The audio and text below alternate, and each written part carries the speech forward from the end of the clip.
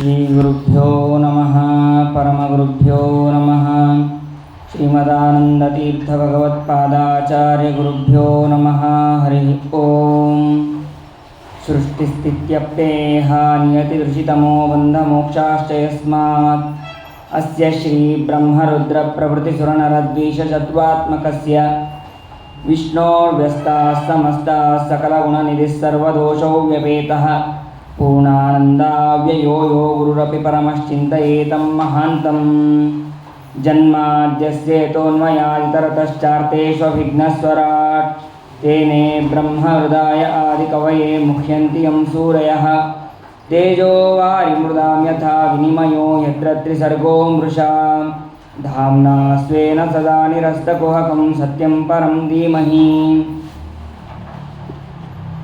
ಯಸ್ಯ ಕಟಾಕ್ಷಮಾತ್ರೇಣ ಬ್ರಹ್ಮರುದ್ರೇಂದ್ರಪೂರ್ವಕಾಃ ಸುರಾಃ ಸ್ವೀಯಪದಾನ್ಯಾಪುಃ ಸಾ ಲಕ್ಷ್ಮೀರ್ಮೇ ಪ್ರಸೀದತು ಬುದ್ಧಿರ್ಬಲಂ ಯಶೋಧೈರ್ಯಂ ನಿರ್ಭಯತ್ವಮರೋಗತಾ ಅಜಾಡ್ಯಂ ವಾಕ್ಪಟುತ್ವಂಚ ಹನುಮತ್ಸ್ಮರಣಾತ್ ಭವೇತ್ ಭವತಿ ಯದನುಭಾವಾದೇಡಮೂಕೋऽಪಿ ವಾಗ್ಮಿ ಜಡಮತಿರಪಿ ಜಂತುರ್ಜಾಯತೆ ಪ್ರಾಜ್ಞಮೌಲಿಃ सकलवचनचेतो देवता भारती सा मम वचसि निधत्तां सन्निधिं मानसे च यं प्रव्रजन्तमनुपेतमपेतकृत्यं द्वैपायनो विरहकातुर आजुहाव पुत्रेति तन्मयतया तरवोऽपि नेदुः तं सर्वभूतहृदयं मुनिमानतोऽस्मि वक्रतुण्डमहाकाय कोटिसूर्यसमप्रभ निर्विघ्नं कुरु मे देव सर्वकार्येषु सर्वदा यस्य वाक्कामधेनुर्नः कामितार्थान् प्रयच्छति सेवेतं जययोगीन्द्रं कामवाणच्चिदं सदा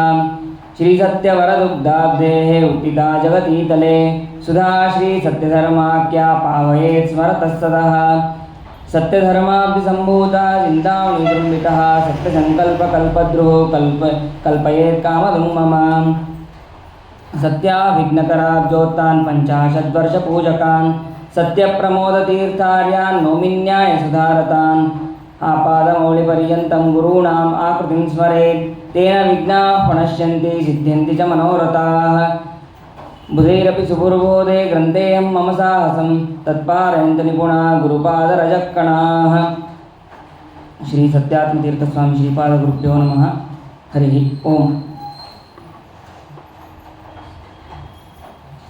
ಇಲ್ಲಿ ಸನ್ನಿಹಿತರಾದಂತಹ ನರಸಿಂಹದೇವರು ಸಕಲ ಗ್ರಹಗಳ ಬಲ ನೀನೆ ಸರಸಿಜಾಕ್ಷ ಅಂತ ಅನಿಸ್ಕೊಂಡಂತಹ ನರಸಿಂಹ ನನ್ನ ಬಿಂಬಮೂರ್ತಿಯಾದಂತಹ ಭಗವಂತ ಬೇರೆ ಅಲ್ಲ, ನರಸಿಂಹ ಬೇರೆ ಅಲ್ಲ. ಆ ನರಸಿಂಹನಿಗೆ ಪ್ರಾರ್ಥನೆ ಮಾಡ್ತಾ ನನ್ನಲ್ಲಿ ನಿಂತು ನೀನೇ ಸರ್ವವನ್ನು ಈ ಭಾಗವತವನ್ನು ನುಡಿಸೋನು ನೀನೆ ಅಂತ ತಿಳಿತಾ ವಾಯುದೇವರು ಹಾಗೂ ಸತ್ಯಧರ್ಮರು ಸತ್ಯಸಂಕಲ್ಪರಿಗೆ ನಮಸ್ಕಾರವನ್ನು ಮಾಡಿ ಇಲ್ಲಿ ಆಸೀನರಾದಂತಹ ಎಲ್ಲ ಹಿರಿಯ ವಿದ್ವಾಂಸರಿಗೆ ನನ್ನ ನಮಸ್ಕಾರಗಳನ್ನು ಮಾಡ್ತಾ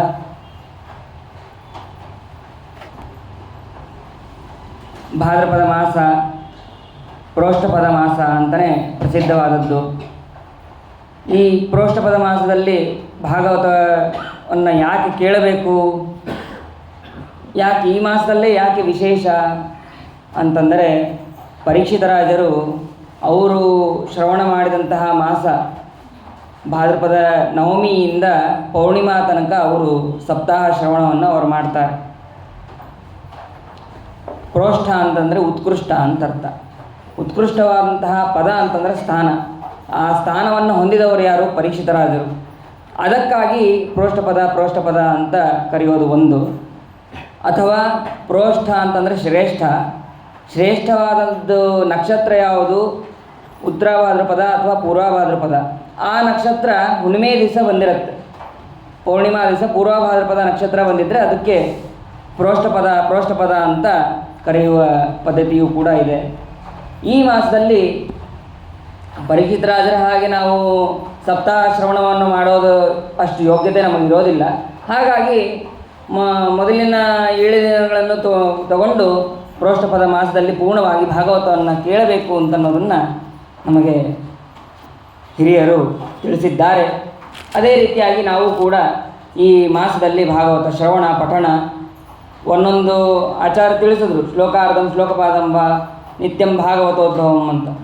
ಅದರಂತೆ ಒಂದೊಂದು ಶ್ಲೋಕಕ್ಕೆ ಒಂದೊಂದು ಶ್ಲೋಕದ ಅರ್ಥಾನುಸಂಧಾನವನ್ನು ಮಾಡಿಕೊಂಡ್ರೆ ಸಾಕು ನಮಗೆ ಗೋಸಹಸ್ರ ಫಲವನ್ನು ತಿಳಿಸಿದ್ದಾರೆ.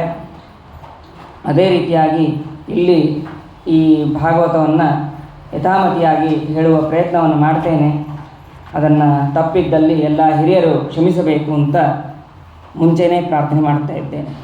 ಹರೇ ನಮಃ. ಭಾಗವತ ಮೊದಲಿಗೆ ಪದ್ಮಪುರಾಣ ಅಂತರ್ಗತವಾದಂತಹ ಭಾಗವತ ಮಹಾತ್ಮ್ಯವನ್ನು ಹೇಳುವ ಸಂಪ್ರದಾಯ. ಅದರಂತೆ ಸಂಕ್ಷೇಪವಾಗಿ ಅದನ್ನು ಹೇಳಿ ಮತ್ತೆ ಮೊದಲಿಂದ ಭಾಗವತ ಪ್ರಥಮ ಸ್ಕಂದವನ್ನು ಪ್ರಾರಂಭ ಮಾಡುವ.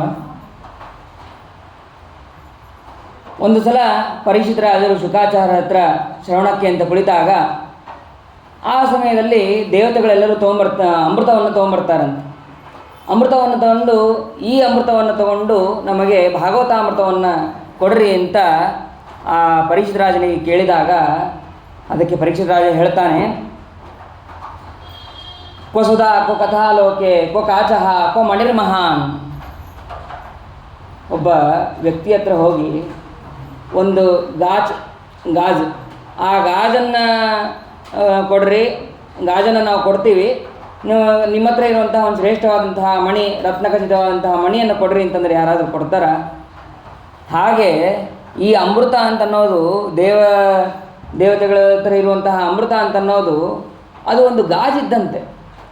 ಆ ಗಾಜನ್ನು ತಗೊಂಡು ನಾನು ಇದು ಮೋಕ್ಷಸಾಧನವಾದಂತಹ ಈ ಅಮೃತವನ್ನು ಭಾಗವತಾಮೃತವನ್ನು ಕೊಡೋದಕ್ಕೆ ಸಾಧ್ಯನೇ ಇಲ್ಲ ಅಂತ. ಹಾಗಾದರೆ ಭಾಗವತಾಮೃತ ಅಷ್ಟು ಪವರ್ಫುಲ್ಲ, ಶಕ್ತಿಶಾಲಿಯ ಅಂತಂದರೆ ಹೇಳ್ತಾರೆ, ಈ ಅಮೃತ ಅದೇನಿದೆಯಲ್ಲ ಸುಧಾ, ಆ ಅಮೃತ ಕೇವಲ ಸ್ವರ್ಗಲೋಕದಲ್ಲಿ ಒಂದು ಇಷ್ಟು ಕಾಲ ಪರ್ಯಂತ ಮಾತ್ರ ಅದನ್ನು ಕಾಪಾಡತ್ತೆ, ನಮ್ಮನ್ನು ರಕ್ಷಣೆ ಮಾಡುತ್ತೆ. ಆದರೆ ಈ ಭಾಗವತಾಮೃತ ಹಾಗಲ್ಲ, ನಮಗೆ ಮೋಕ್ಷದಲ್ಲಿಯೂ ಕೂಡ ಭಗವಂತನನ್ನು ಹೊಂದೋದಕ್ಕೆ ಸಹಾಯ ಮಾಡುತ್ತೆ. ಮೋಕ್ಷ ಹೊಂದಿದ ಮೇಲೆ ಆ ಭಗವಂತನ ಅನುಗ್ರಹ ಪಡೆಯೋಕ್ಕೆ ಮತ್ತು ಸುಖವನ್ನು ಪಡೆಯೋದಕ್ಕೆ ಇದು ಅನುಕೂಲವಾಗಿದೆ ಅಂತನ್ನೋದನ್ನು ನಮಗೆ ಇಲ್ಲಿ ಪರೀಕ್ಷಿತರಾಗಿ ತಿಳಿಸ್ತಾರೆ. ಒಂದು ಸಲ ಎಲ್ಲ ಕರ್ಮಗಳನ್ನು ನಾವು ಏನೇನು ಪುಣ್ಯಕರ್ಮಗಳನ್ನು ಮಾಡ್ತೀವೋ ಅದೆಲ್ಲವನ್ನೂ ಒಂದು ತಗಡೆಯಲ್ಲಿ ಹಾಕಿದ್ರಂತೆ, ಇನ್ನೊಂದು ತಗಡೆಯಲ್ಲಿ ಭಾಗವತವನ್ನು ಹಾಕಿದ್ರಂತೆ. ಆವಾಗ ಭಾಗವತನೇ ಶ್ರೇಷ್ಠ, ಭಾಗವತನೇ ತಕ್ಕಡಿಯಲ್ಲಿ ಅದು ಮೇಲೆ ಬಂತು. ಅಷ್ಟು ಶಕ್ತಿಶಾಲಿಯಾದದ್ದು, ಬಲಶಾಲಿಯಾದದ್ದು ಈ ಭಾಗವತ ಅಂತನ್ನೋದನ್ನು ಪದ್ಮಪುರಾಣದಲ್ಲಿ ನಮಗೆ ತಿಳಿಸ್ತಾರೆ.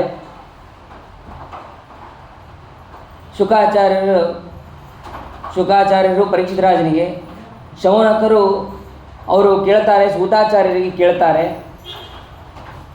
ಸೂತಾಚಾರ್ಯರೇ ನಮಗೆ ಭಾಗವತದ ಮಹಿಮೆಯನ್ನು ನಮಗೆ ತಿಳಿಸ್ರಿ ಅಂತಂದಾಗ ನಾನು ಇದಕ್ಕೆ ಒಂದು ಕಥೆಯ ರೂಪವಾಗಿ ಒಂದು ಹೇಳ್ತೇನೆ ಅಂತ ಸೂತಾಚಾರ್ಯರು ಹೇಳ್ತಾರೆ. ಒಮ್ಮೆ ನಾರದರು ಎಲ್ಲ ಲೋಕಗಳನ್ನು, ಎಲ್ಲ ದೇಶಗಳನ್ನು, ಎಲ್ಲ ತೀರ್ಥಕ್ಷೇತ್ರಗಳನ್ನು ಸಂಚಾರ ಮಾಡಿಕೊಂಡು ಹರಿದ್ವಾರ ಕ್ಷೇತ್ರಕ್ಕೆ ಬರ್ತಾರೆ. ಹರಿದ್ವಾರ ಕ್ಷೇತ್ರದಲ್ಲಿ ಸನಕ ಸನಂದನ ಸನತ್ಕುಮಾರರು, ಸನತ್ಸುಜಾತರು ಅವರೆಲ್ಲರೂ ಕೂಡ ಅಲ್ಲಿರ್ತಾರೆ. ಬಂದಾಗ ಅವರಿಗೆ ನಮಸ್ಕಾರವನ್ನು ಮಾಡ್ತಾರೆ. ಏನಾದರೆ ನಿಮ್ಮ ಮುಖದಲ್ಲಿ ಕಾಂತಿಯೇ ಇಲ್ಲಲ್ಲ, ಯಾಕೆ, ಏನಾಗಿದೆ? ನೀವು ಯಾವಾಗಲೂ ಕಾಂತಿ ಉಳ್ಳವರು, ಭಗವಂತನ ಸ್ಮರಣೆಯನ್ನು ನಿತ್ಯದಲ್ಲೂ ಮಾಡೋರು ನೀವು, ಅಂತಹ ನಿಮ್ಮ ಮುಖದಲ್ಲಿ ಯಾಕೆ ಕಳಾಹೀನವಾಗಿದೆ ಅಂತಂದರೆ ಅದಕ್ಕೆ ಹೇಳ್ತಾರೆ ಅವರು, ನಾರದರು ಹೇಳ್ತಾರೆ, ನಾ ಎಲ್ಲ ತೀರ್ಥಕ್ಷೇತ್ರಗಳನ್ನು ಸಂಚಾರ ಮಾಡಿ ಬಂದೆ, ಆದರೆ ಒಂದು ಕಡೆ ವಿಚಿತ್ರವಾದಂತಹ ಒಂದು ದೃಶ್ಯವನ್ನು ನೋಡಿದೆ. ಸಂಚಾರ ಮಾಡ್ತಾ ಮಾಡ್ತಾ ವೃಂದಾವನಕ್ಕೆ ಹೋದೆ. ಆ ವೃಂದಾವನಕ್ಕೆ ಹೋದಾಗ ಅಲ್ಲಿ ಒಬ್ಬ ವೃದ್ಧರಾದಂತಹ ಇಬ್ಬರು ಸ್ತ್ರೀಯರು, ಒಬ್ಬಳು ತರುಣಿ, ಆ ತರುಣಿಯ ಮೇಲೆ ಇಬ್ಬರು ವೃದ್ಧ ಸ್ತ್ರೀಯರು ಮಲಗಿದ್ದಾರೆ. ಮಲಗಿದಾಗ ಯಾಕೆ, ಏನಾಯಿತು ಅಂತ ಕೇಳಿದಾಗ, ಯಾರು ನೀವು, ಏನಾಯಿತು, ಯಾಕೆ ಅಳ್ತಾ ಇದ್ದೀರಿ ಅಂತ ಕೇಳಿದಾಗ ಅವಳು ಹೇಳ್ತಾಳೆ, ಅಹಂ ಭಕ್ತಿ ರೀತಿ ಖ್ಯಾತ. ನಾನು, ಆ ತರುಣಿ ಸ್ತ್ರೀ ಹೇಳ್ತಾಳೆ, ನಾನು ಭಕ್ತಿ, ಇವರಿಬ್ಬರು ಜ್ಞಾನ ವೈರಾಗ್ಯ, ಇವರಿಬ್ಬರು ನನ್ನ ಮಕ್ಕಳು ಅಂತ. ನಾವೆಲ್ಲ ಏನು ನೋಡಿರ್ತೀವಿ? ವೃದ್ಧರಾದಂತಹ ತಂದೆ ತಾಯಿಗಳನ್ನು ನೋಡಿರ್ತೀವಿ, ಮಕ್ಕಳು ತಾರುಣ್ಯದಲ್ಲಿರೋದನ್ನು ನೋಡಿರ್ತೀವಿ. ಆದರೆ ಇಲ್ಲಿ ವಿಪರೀತ. ಇದನ್ನು ನೋಡಿ ನಾರದರಿಗೆ ಆಶ್ಚರ್ಯ ಆಯ್ತಂತೆ. ಇಲ್ಲಿ ಭಕ್ತಿ ಜ್ಞಾನ ಅವರು ಸ್ತ್ರೀ ರೂಪದಲ್ಲಿದ್ದರು ಅಂತಂದರೆ ತದಭಿಮಾನಿ ದೇವತೆಗಳು ಅಂತ ಇಲ್ಲಿ ನಾವು ತಿಳಿಯಬೇಕು. ನಾನು ಎಲ್ಲ ಕಡೆ ಹೋಗಿ ಬಂದೆ. ನಾನು ಹುಟ್ಟಿದ್ದು ದ್ರವಿಡ ದೇಶದಲ್ಲಿ. ಕರ್ನಾಟಕದಲ್ಲಿ ನಾನು ವೃತ್ತಿಯನ್ನು ಹೊಂದಿದೆ, ಬೆಳವಣಿಗೆ ಆಯಿತು. ಮಹಾರಾಷ್ಟ್ರ ಕ್ಷೇತ್ರದಲ್ಲಿ ಸ್ವಲ್ಪ ನನಗೆ ಭಕ್ತಿ ಅಂತ ಅನ್ನೋದಿತ್ತು, ಅಲ್ಲಿ ನಾನು ಇದ್ದೆ. ಆದರೆ ಗುರ್ಜರೇ ಜೀರ್ಣತಾಂಗತಃ, ಆ ಗುರ್ಜರ ದೇಶದಲ್ಲಿ ನಾನು ಪೂರ್ಣ ಜೀರ್ಣವಾಗಿ ಹೋದೆ. ಹಾಗಾದರೆ ಗುರ್ಜರ ಕ್ಷೇತ್ರ ಅದು ಗುಜರಾತ್, ಆ ಗುಜರಾತ್ ಕ್ಷೇತ್ರದ ಅಲ್ಲೇ ಮಾತೃಗಯ ಸಿದ್ಧಪುರಿ ಅವೆಲ್ಲ ಅಲ್ಲೇ ಇರೋದು. ಮತ್ತು ಅಲ್ಲಾರು ದ್ವಾರಕಾನೂ ಅಲ್ಲೇ ಇರೋದು. ಅಲ್ಲಿ ಯಾರು ಭಕ್ತರೇ ಇಲ್ವಾ ಅಂತಂದರೆ ಭಕ್ತರಿದ್ದಾರೆ. ಒಂದು ಕ್ಷೇತ್ರದಲ್ಲಿ ಮಾತ್ರ ಅಲ್ಲಿ ಭಕ್ತಿ ಅವಳಿಗೆ ತಾರುಣ್ಯ ಅಂತ ಅನ್ನೋದು ಇರಲಿಲ್ಲ, ವೃದ್ಧಾಪ್ಯ ಅಂತ ಅನ್ನೋದು ಬಂದಿತ್ತು ಅಂತ ಅನ್ನೋದನ್ನು ಇಲ್ಲಿ ತಿಳಿಬೇಕು. ಅದಾದ ಮೇಲೆ ಅಲ್ಲಿಂದ ವೃಂದಾವನಕ್ಕೆ ಬಂದೆ. ವೃಂದಾವನಕ್ಕೆ ಬಂದ ಮೇಲೆ ಕೃಷ್ಣ ಓಡಾಡಿದಂತಹ ಸ್ಥಳ ಆದ್ದರಿಂದ ನನಗೆ ಸ್ವಲ್ಪ ಶಕ್ತಿ ಅಂತ ಅನ್ನೋದು ಬಂತು. ಆದರೆ ಈ ಜ್ಞಾನ ವೈರಾಗ್ಯಗಳಿಗೆ ಯಾವ ರೀತಿಯಾದಂತಹ ಶಕ್ತಿಯೂ ಬರಲಿಲ್ಲ, ತಾರುಣ್ಯವೂ ಬರಲಿಲ್ಲ. ನೀವು ಜ್ಞಾನವನ್ನು ತಿಳಿದವರು, ಎಲ್ಲವನ್ನು ಬಲ್ಲವರು, ನೀವು ಸರಿಯಾದ ಉಪಾಯವನ್ನು ಹೇಳಬೇಕು ಅಂತ ಹೇಳಿದಾಗ ಆ ನಾರದರು ವಿಚಾರವನ್ನು ಮಾಡಿ ಹೇಳ್ತಾರೆ, ಯಾವ ಕಾರಣಕ್ಕೆ ಇವರಿಗೆ ಈ ರೀತಿಯಾಗಿ ಆಗಿದೆ ಅದನ್ನು ತಮ್ಮ ಜ್ಞಾನ ದೃಷ್ಟಿಯಿಂದ ನೋಡಿ ಹೇಳ್ತಾರೆ. ಗ್ರಾಹಕಾಭಾವ, ಭಕ್ತಿಯಾದ ನಿನಗೆ ಇದು ಕೆಲವು ಜನ ಎಲ್ಲ ಭಕ್ತಿಯನ್ನು ಮಾಡ್ತಾರೆ, ಹಾಗಾಗಿ ನೀನು ತಾರುಣ್ಯಾವಸ್ಥೆಯನ್ನು ಹೊಂದಿದ್ದಿ. ಆದರೆ ಜ್ಞಾನ ವೈರಾಗ್ಯ ಇದು ಕಲಿಯುಗದಲ್ಲಿ ಪೂರ್ಣವಾಗಿ ನಶಿಸಿ ಹೋಗಿದೆ. ಕೃಷ್ಣ ಪರಂಧಾಮಕ್ಕೆ ಹೋದ ಮೇಲೆ ಧರ್ಮವನ್ನು ಉಪದೇಶ ಮಾಡೋರು ಯಾರೂ ಕೂಡ ಇರಲಿಲ್ಲ, ಹಾಗಾಗಿ ಜ್ಞಾನವನ್ನು ಉಪದೇಶ ಮಾಡೋರು ಯಾರೂ ಇರಲಿಲ್ಲ. ಹಾಗಾಗಿ ಇವರಿಬ್ಬರು ಕೂಡ ಹೀಗೆ ವೃದ್ಧಾಪ್ಯವನ್ನು ಹೊಂದಿದ್ದಾರೆ ಅಂತ ಹೇಳಿ ತಮಗೆ ತಿಳಿದಂತಹ ವೇದ ಉಪನಿಷತ್ತು ಎಲ್ಲವನ್ನು ಆ ಜ್ಞಾನ ವೈರಾಗ್ಯಗಳ ಕಿವಿಗಳಲ್ಲಿ ಉಪದೇಶ ಹೇಳ್ತಾರಂತೆ. ಹೇಳಿದರೆ ಸ್ವಲ್ಪ ಹೀಗೆ ಎದ್ದಂಗೆ ಮಾಡಿ ಮತ್ತೆ ಮಲ್ಕೊಂಡು.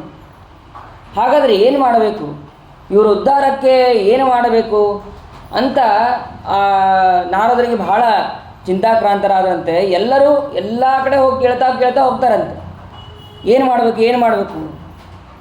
ಎಲ್ಲರೂ ಒಬ್ಬೊಬ್ಬರು ನನಗೆ ಗೊತ್ತಿಲ್ಲ ಅಂತ ಹೇಳೋರು, ಕೆಲವೊಬ್ಬರು ಅದನ್ನು ಕೇಳಿದ ತಕ್ಷಣ ಓಡಿ ಹೋಗೋರು.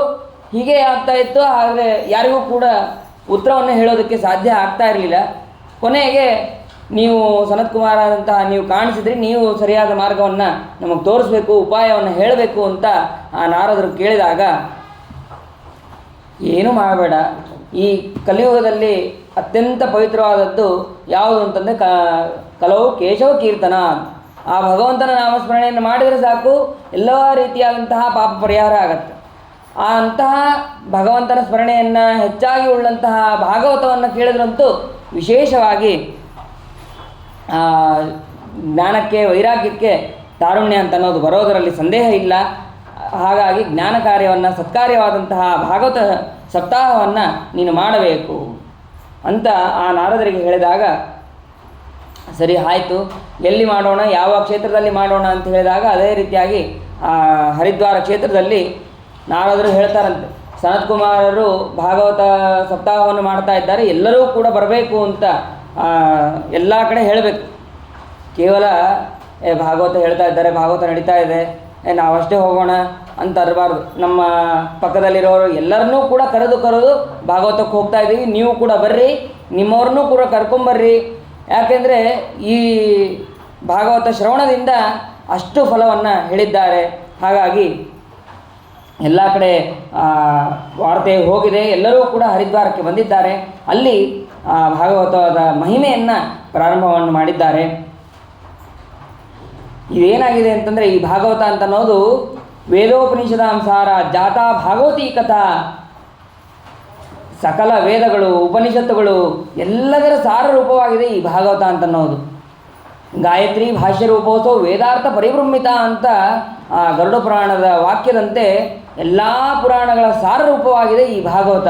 ಅಂತಹ ಈ ಭಾಗವತವನ್ನು ಕೇಳಿದ್ರೆ ಎಲ್ಲ ರೀತಿಯಾದಂತಹ ಪಾಪ ಮತ್ತು ಪರಿಹಾರ ಆಗೋದರಲ್ಲಿ ಸಂದೇಹ ಇಲ್ಲ.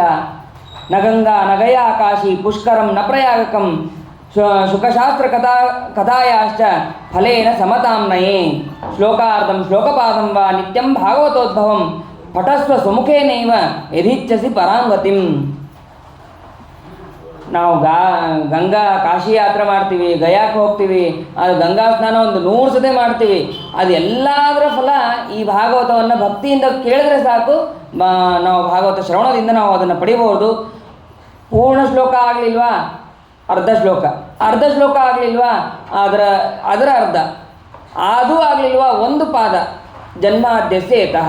ಇಷ್ಟನ್ನು ನಾವು ಪೂರ್ಣವಾಗಿ ಅರ್ಥಾನುಸಂಧಾನವಾಗಿ ತಿಳಿದ್ರೆ ಸಾಕು.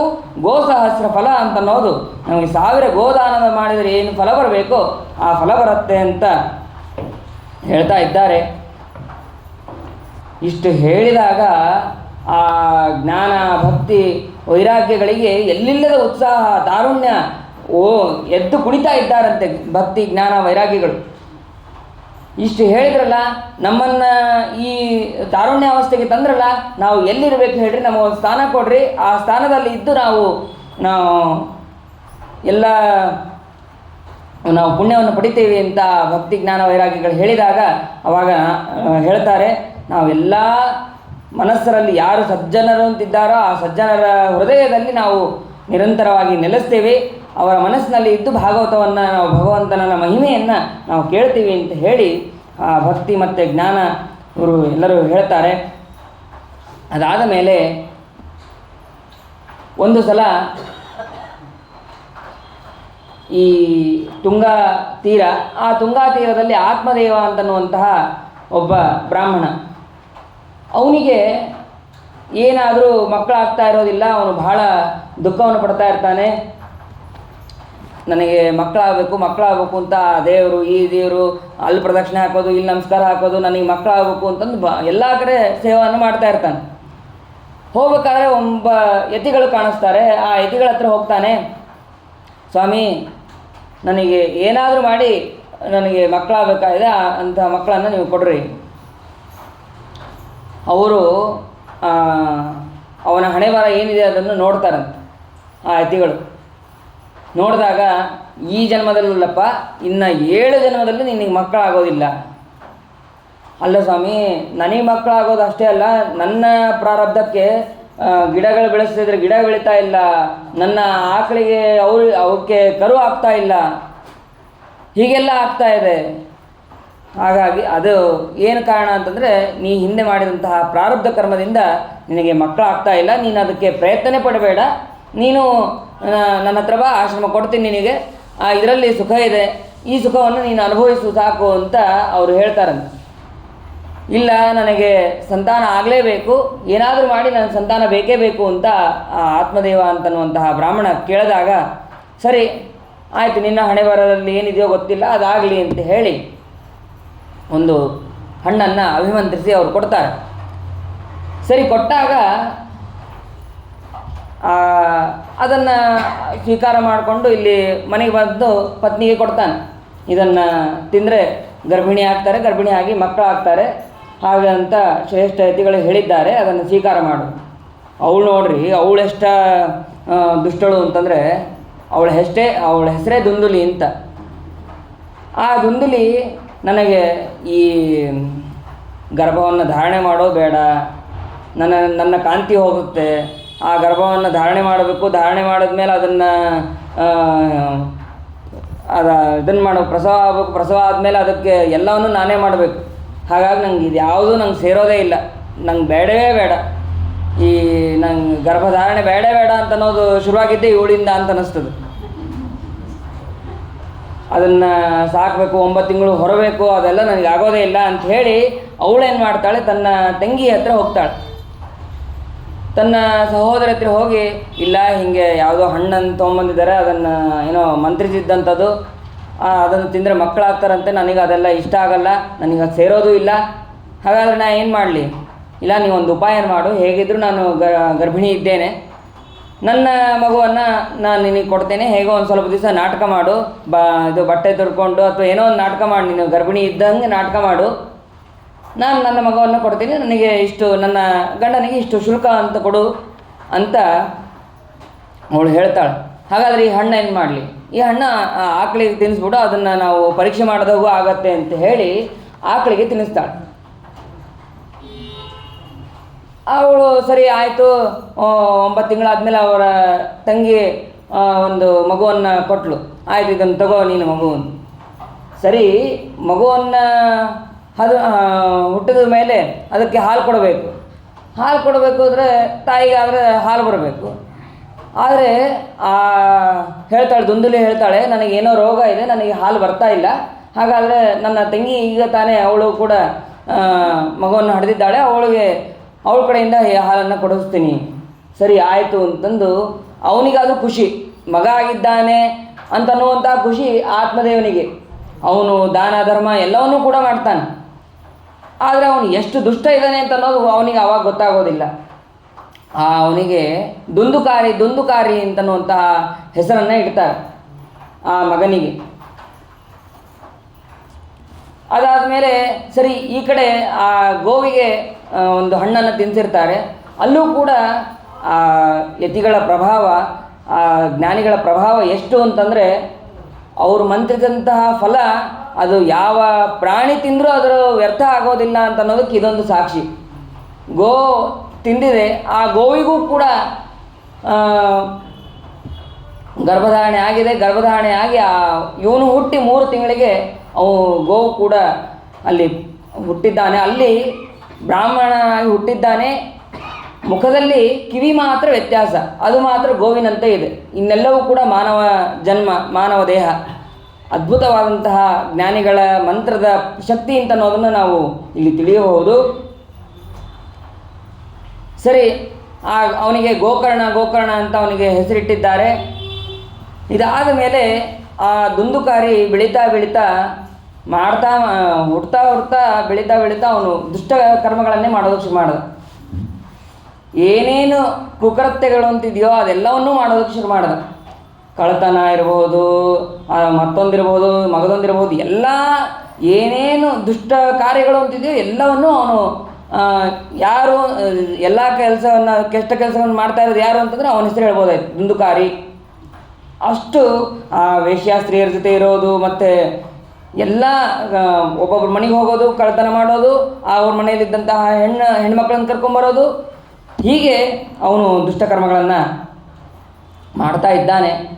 ಇದನ್ನು ನೋಡಿ ಅವನ ತಂದೆಗೆ ಬಹಳ, ಇಂಥ ಮಗನನ್ನು ಪಡೆಯುವ ಬದಲು ನಾನು ಅವಾಗೇ ಸನ್ಯಾಸಾಶ್ರಮವನ್ನು ತೊಗೊಂಡಿದ್ರೆ ಎಷ್ಟು ಸುಖವಾಗಿರ್ತಿದ್ನೋ ಏನೋ ಅಂತ ಹೇಳಿ ಅವನು ಹರಿದ್ವಾರಕ್ಕೆ ಹೋಗಿ ಬದ್ರಿಕಾಶ್ರಮಕ್ಕೆ ಹೋಗಿ ದಶಮಸ್ಕಂದವನ್ನು ಪಾರಾಯಣವನ್ನು ಮಾಡಿ ಅವನು ದೇಹವನ್ನು ಬಿಡ್ತಾನೆ. ಅದಾದ ಮೇಲೆ ಈ ಕಡೆ ತನ್ನ ತಾಯಿಯನ್ನು, ಆ ದುಂದುಲಿಯನ್ನು ತಾನೇ ಕಲ್ಲಿನಿಂದ ಕೊಲ್ತಾನೆ, ಸಂಹಾರ ಮಾಡ್ತಾನೆ. ಸಂಹಾರ ಮಾಡಿದ ಮೇಲೆ ಒಂದು ಸಲ ಎಲ್ಲ ಅದೇ ಮತ್ತು ವೇಶ್ಯಾಸ್ತ್ರೀಯರನ್ನು ಕರ್ಕೊಂಬರೋದು ಮತ್ತು ಕಳ್ಳತನ ಮಾಡೋದು ಇದನ್ನೇ ಮಾಡ್ತಾ ಇರ್ತಾನೆ. ಒಂದು ಸಲ ಆ ವೇಶ್ಯಾಸ್ತ್ರೀಯರು ನಮಗೆ ಏನೋ ಒಂದು ವಿಶಿಷ್ಟವಾದಂತಹ ಪದಾರ್ಥ ಬೇಕಾಗಿದೆ, ಅದನ್ನು ಕೊಡು. ಸರಿ ಆಯಿತು ಅಂತಂದು ಅವನು ಕಷ್ಟಪಟ್ಟು ಅದನ್ನೆಲ್ಲ ತೊಗೊಂಬಂದು ಅದನ್ನು ಅವ್ರಿಗೆ ಕೊಡ್ತಾನೆ. ಅದನ್ನು ಅವ್ರು ತೊಗೊಂಡು ಅವರು ವಿಚಾರ ಮಾಡ್ತಾರೆ, ನಾವೇನಾದರೂ ಇವನ ಜೊತೆಗೆ ಇದ್ದರೆ ಇವನ ಜೊತೆಗೆ ನಾವು ಕೆಡ್ತೀವಿ, ಮತ್ತು ನಮ್ಮ ಹೆಸರುಗಳು ಕೂಡ ಕೆಡುತ್ತೆ. ಹಾಗಾಗಿ ಇವನನ್ನು ಕೊಂದು ಇವನ ಹತ್ರ ಇರುವಂತಹ ಆಭರಣ ಎಲ್ಲವನ್ನು ನಾವು ತೊಗೊಂಡು ಹೋಗ್ಬಿಡೋಣ, ನಾವು ಸುಖವಾಗಿ ಬೇರೆ ಎಲ್ಲಾದರೂ ಇರ್ಬೋದು ಅಂತ ಎಲ್ಲರೂ ವಿಚಾರವನ್ನು ಮಾಡಿ ಅವನನ್ನು ಬಾಯಿಯೊಳಗೆ ಕೆಂಡ ಹಾಕಿ ಅವನನ್ನು ಸಂಹಾರ ಮಾಡಿಬಿಡ್ತಾರೆ, ದುಂದುಕಾರಿಯನ್ನು. ಸರಿ, ಈ ವಿಷಯ ಹೇಗೋ ಅವನಿಗೆ ಗೋಕರ್ಣನಿಗೆ ಗೊತ್ತಾಯಿತು. ಅವನು ಗೋಕರ್ಣ ತೀರ್ಥಯಾತ್ರದಲ್ಲಿ ಇರ್ತಾನೆ. ತೀರ್ಥಯಾತ್ರದಲ್ಲಿದ್ದಾಗ ಸರಿ, ಹೆಂಗಿದ್ರು ತೀರ್ಥಯಾತ್ರದಲ್ಲಿದ್ದೀನಿ ಅಂತ ಅವನ ಹೆಸರು ಹೇಳಿ ಒಂದು ಗಯಾದಲ್ಲಿ, ಕಾಶಿ ಎಲ್ಲೆಲ್ಲಿದ್ದೋ ಅಲ್ಲೆಲ್ಲ ಕಡೆ ತೀರ್ಥ ವಿಧಿಯನ್ನು ಮಾಡ್ತಾನೆ. ಮಾಡಾದಮೇಲೆ ಸಂಚಾರ ಮುಖಾಂತರ ಅವನು ತನ್ನ ಗ್ರಾಮಕ್ಕೆ ಬರ್ತಾನೆ. ಬಂದಾಗ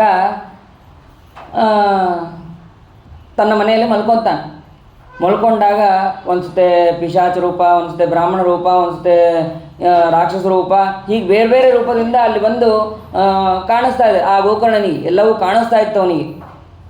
ಕಾಣಿಸ್ತಾ ಇದೆ, ಯಾರು ನೀನು? ಅವನಿಗೆ ಮಾತಾಡೋದಕ್ಕಾಗ್ತಾ ಇಲ್ಲ. ಅವನು ಕೇವಲ ಸನ್ನಿ ಮಾಡ್ತಾ ಇದ್ದಾನೆ, ಕೈ ಸನ್ನಿ ಮಾಡ್ತಾ ಇದ್ದಾನೆ.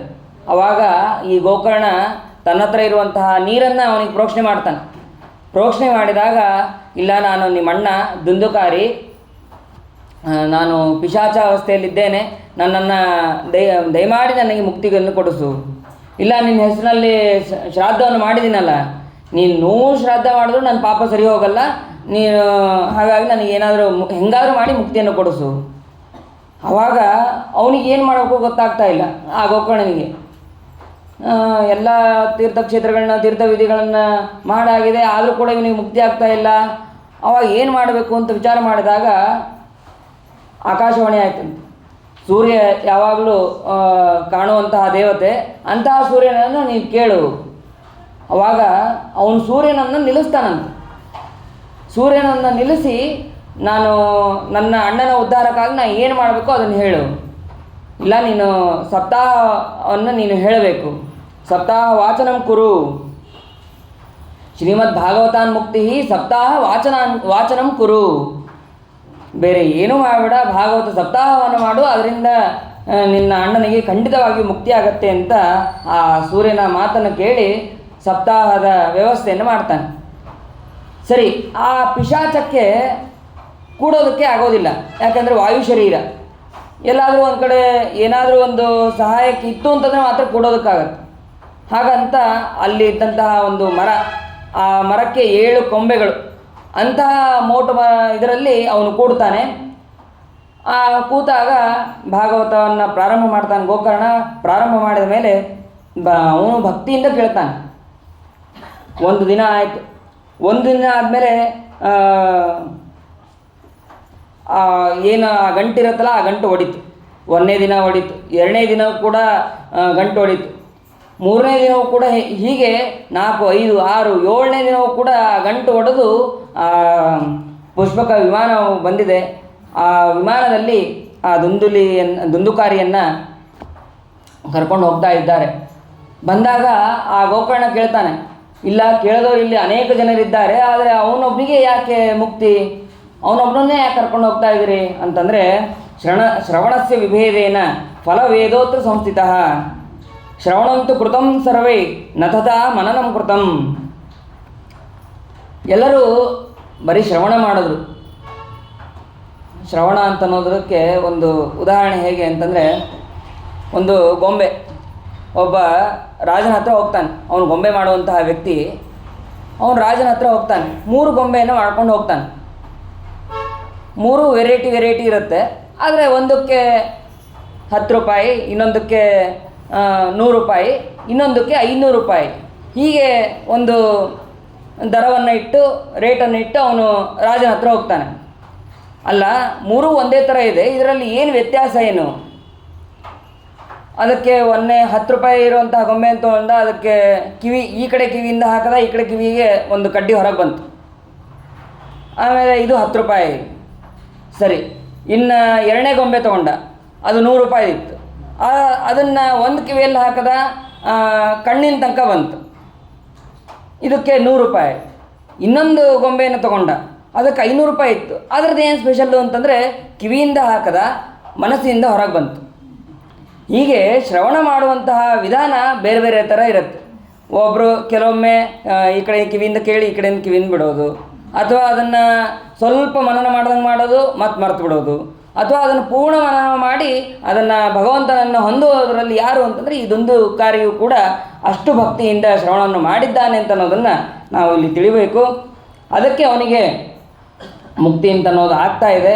ಇನ್ನು ಉಳಿದವರು ಯಾರೂ ಕೂಡ ಏನೋ ಅವ್ರ ಅಣ್ಣನ ಸಲುವಾಗಿ ಹೇಳ್ತಾ ಇದ್ದಾನೆ, ನಾವು ಕೂಡೋಣ ಅಂತ ಇಷ್ಟೇ ಇಟ್ಕೊಂಡು ಬಂದಿದ್ರು, ಅವ್ರು ಯಾರೂ ಕೂಡ ಭಕ್ತಿಯಿಂದ ಶ್ರವಣ ಮಾಡಿಲ್ಲ, ಹಾಗಾಗಿ ಅವ್ರು ಯಾರನ್ನೂ ಕರ್ಕೊಂಡು ಹೋಗ್ತಾ ಇಲ್ಲ ಅಂತ ಅಲ್ಲಿ ಹೇಳಿದಾಗ, ಅದೇ ರೀತಿಯಾಗಿ ಮತ್ತೆ ಅವನು ಅವರೆಲ್ಲರ ಸರವಾಗಿ ಅವನು ಭಾಗವತ ಶ್ರವಣವನ್ನು ಮಾಡಿಸ್ತಾನೆ.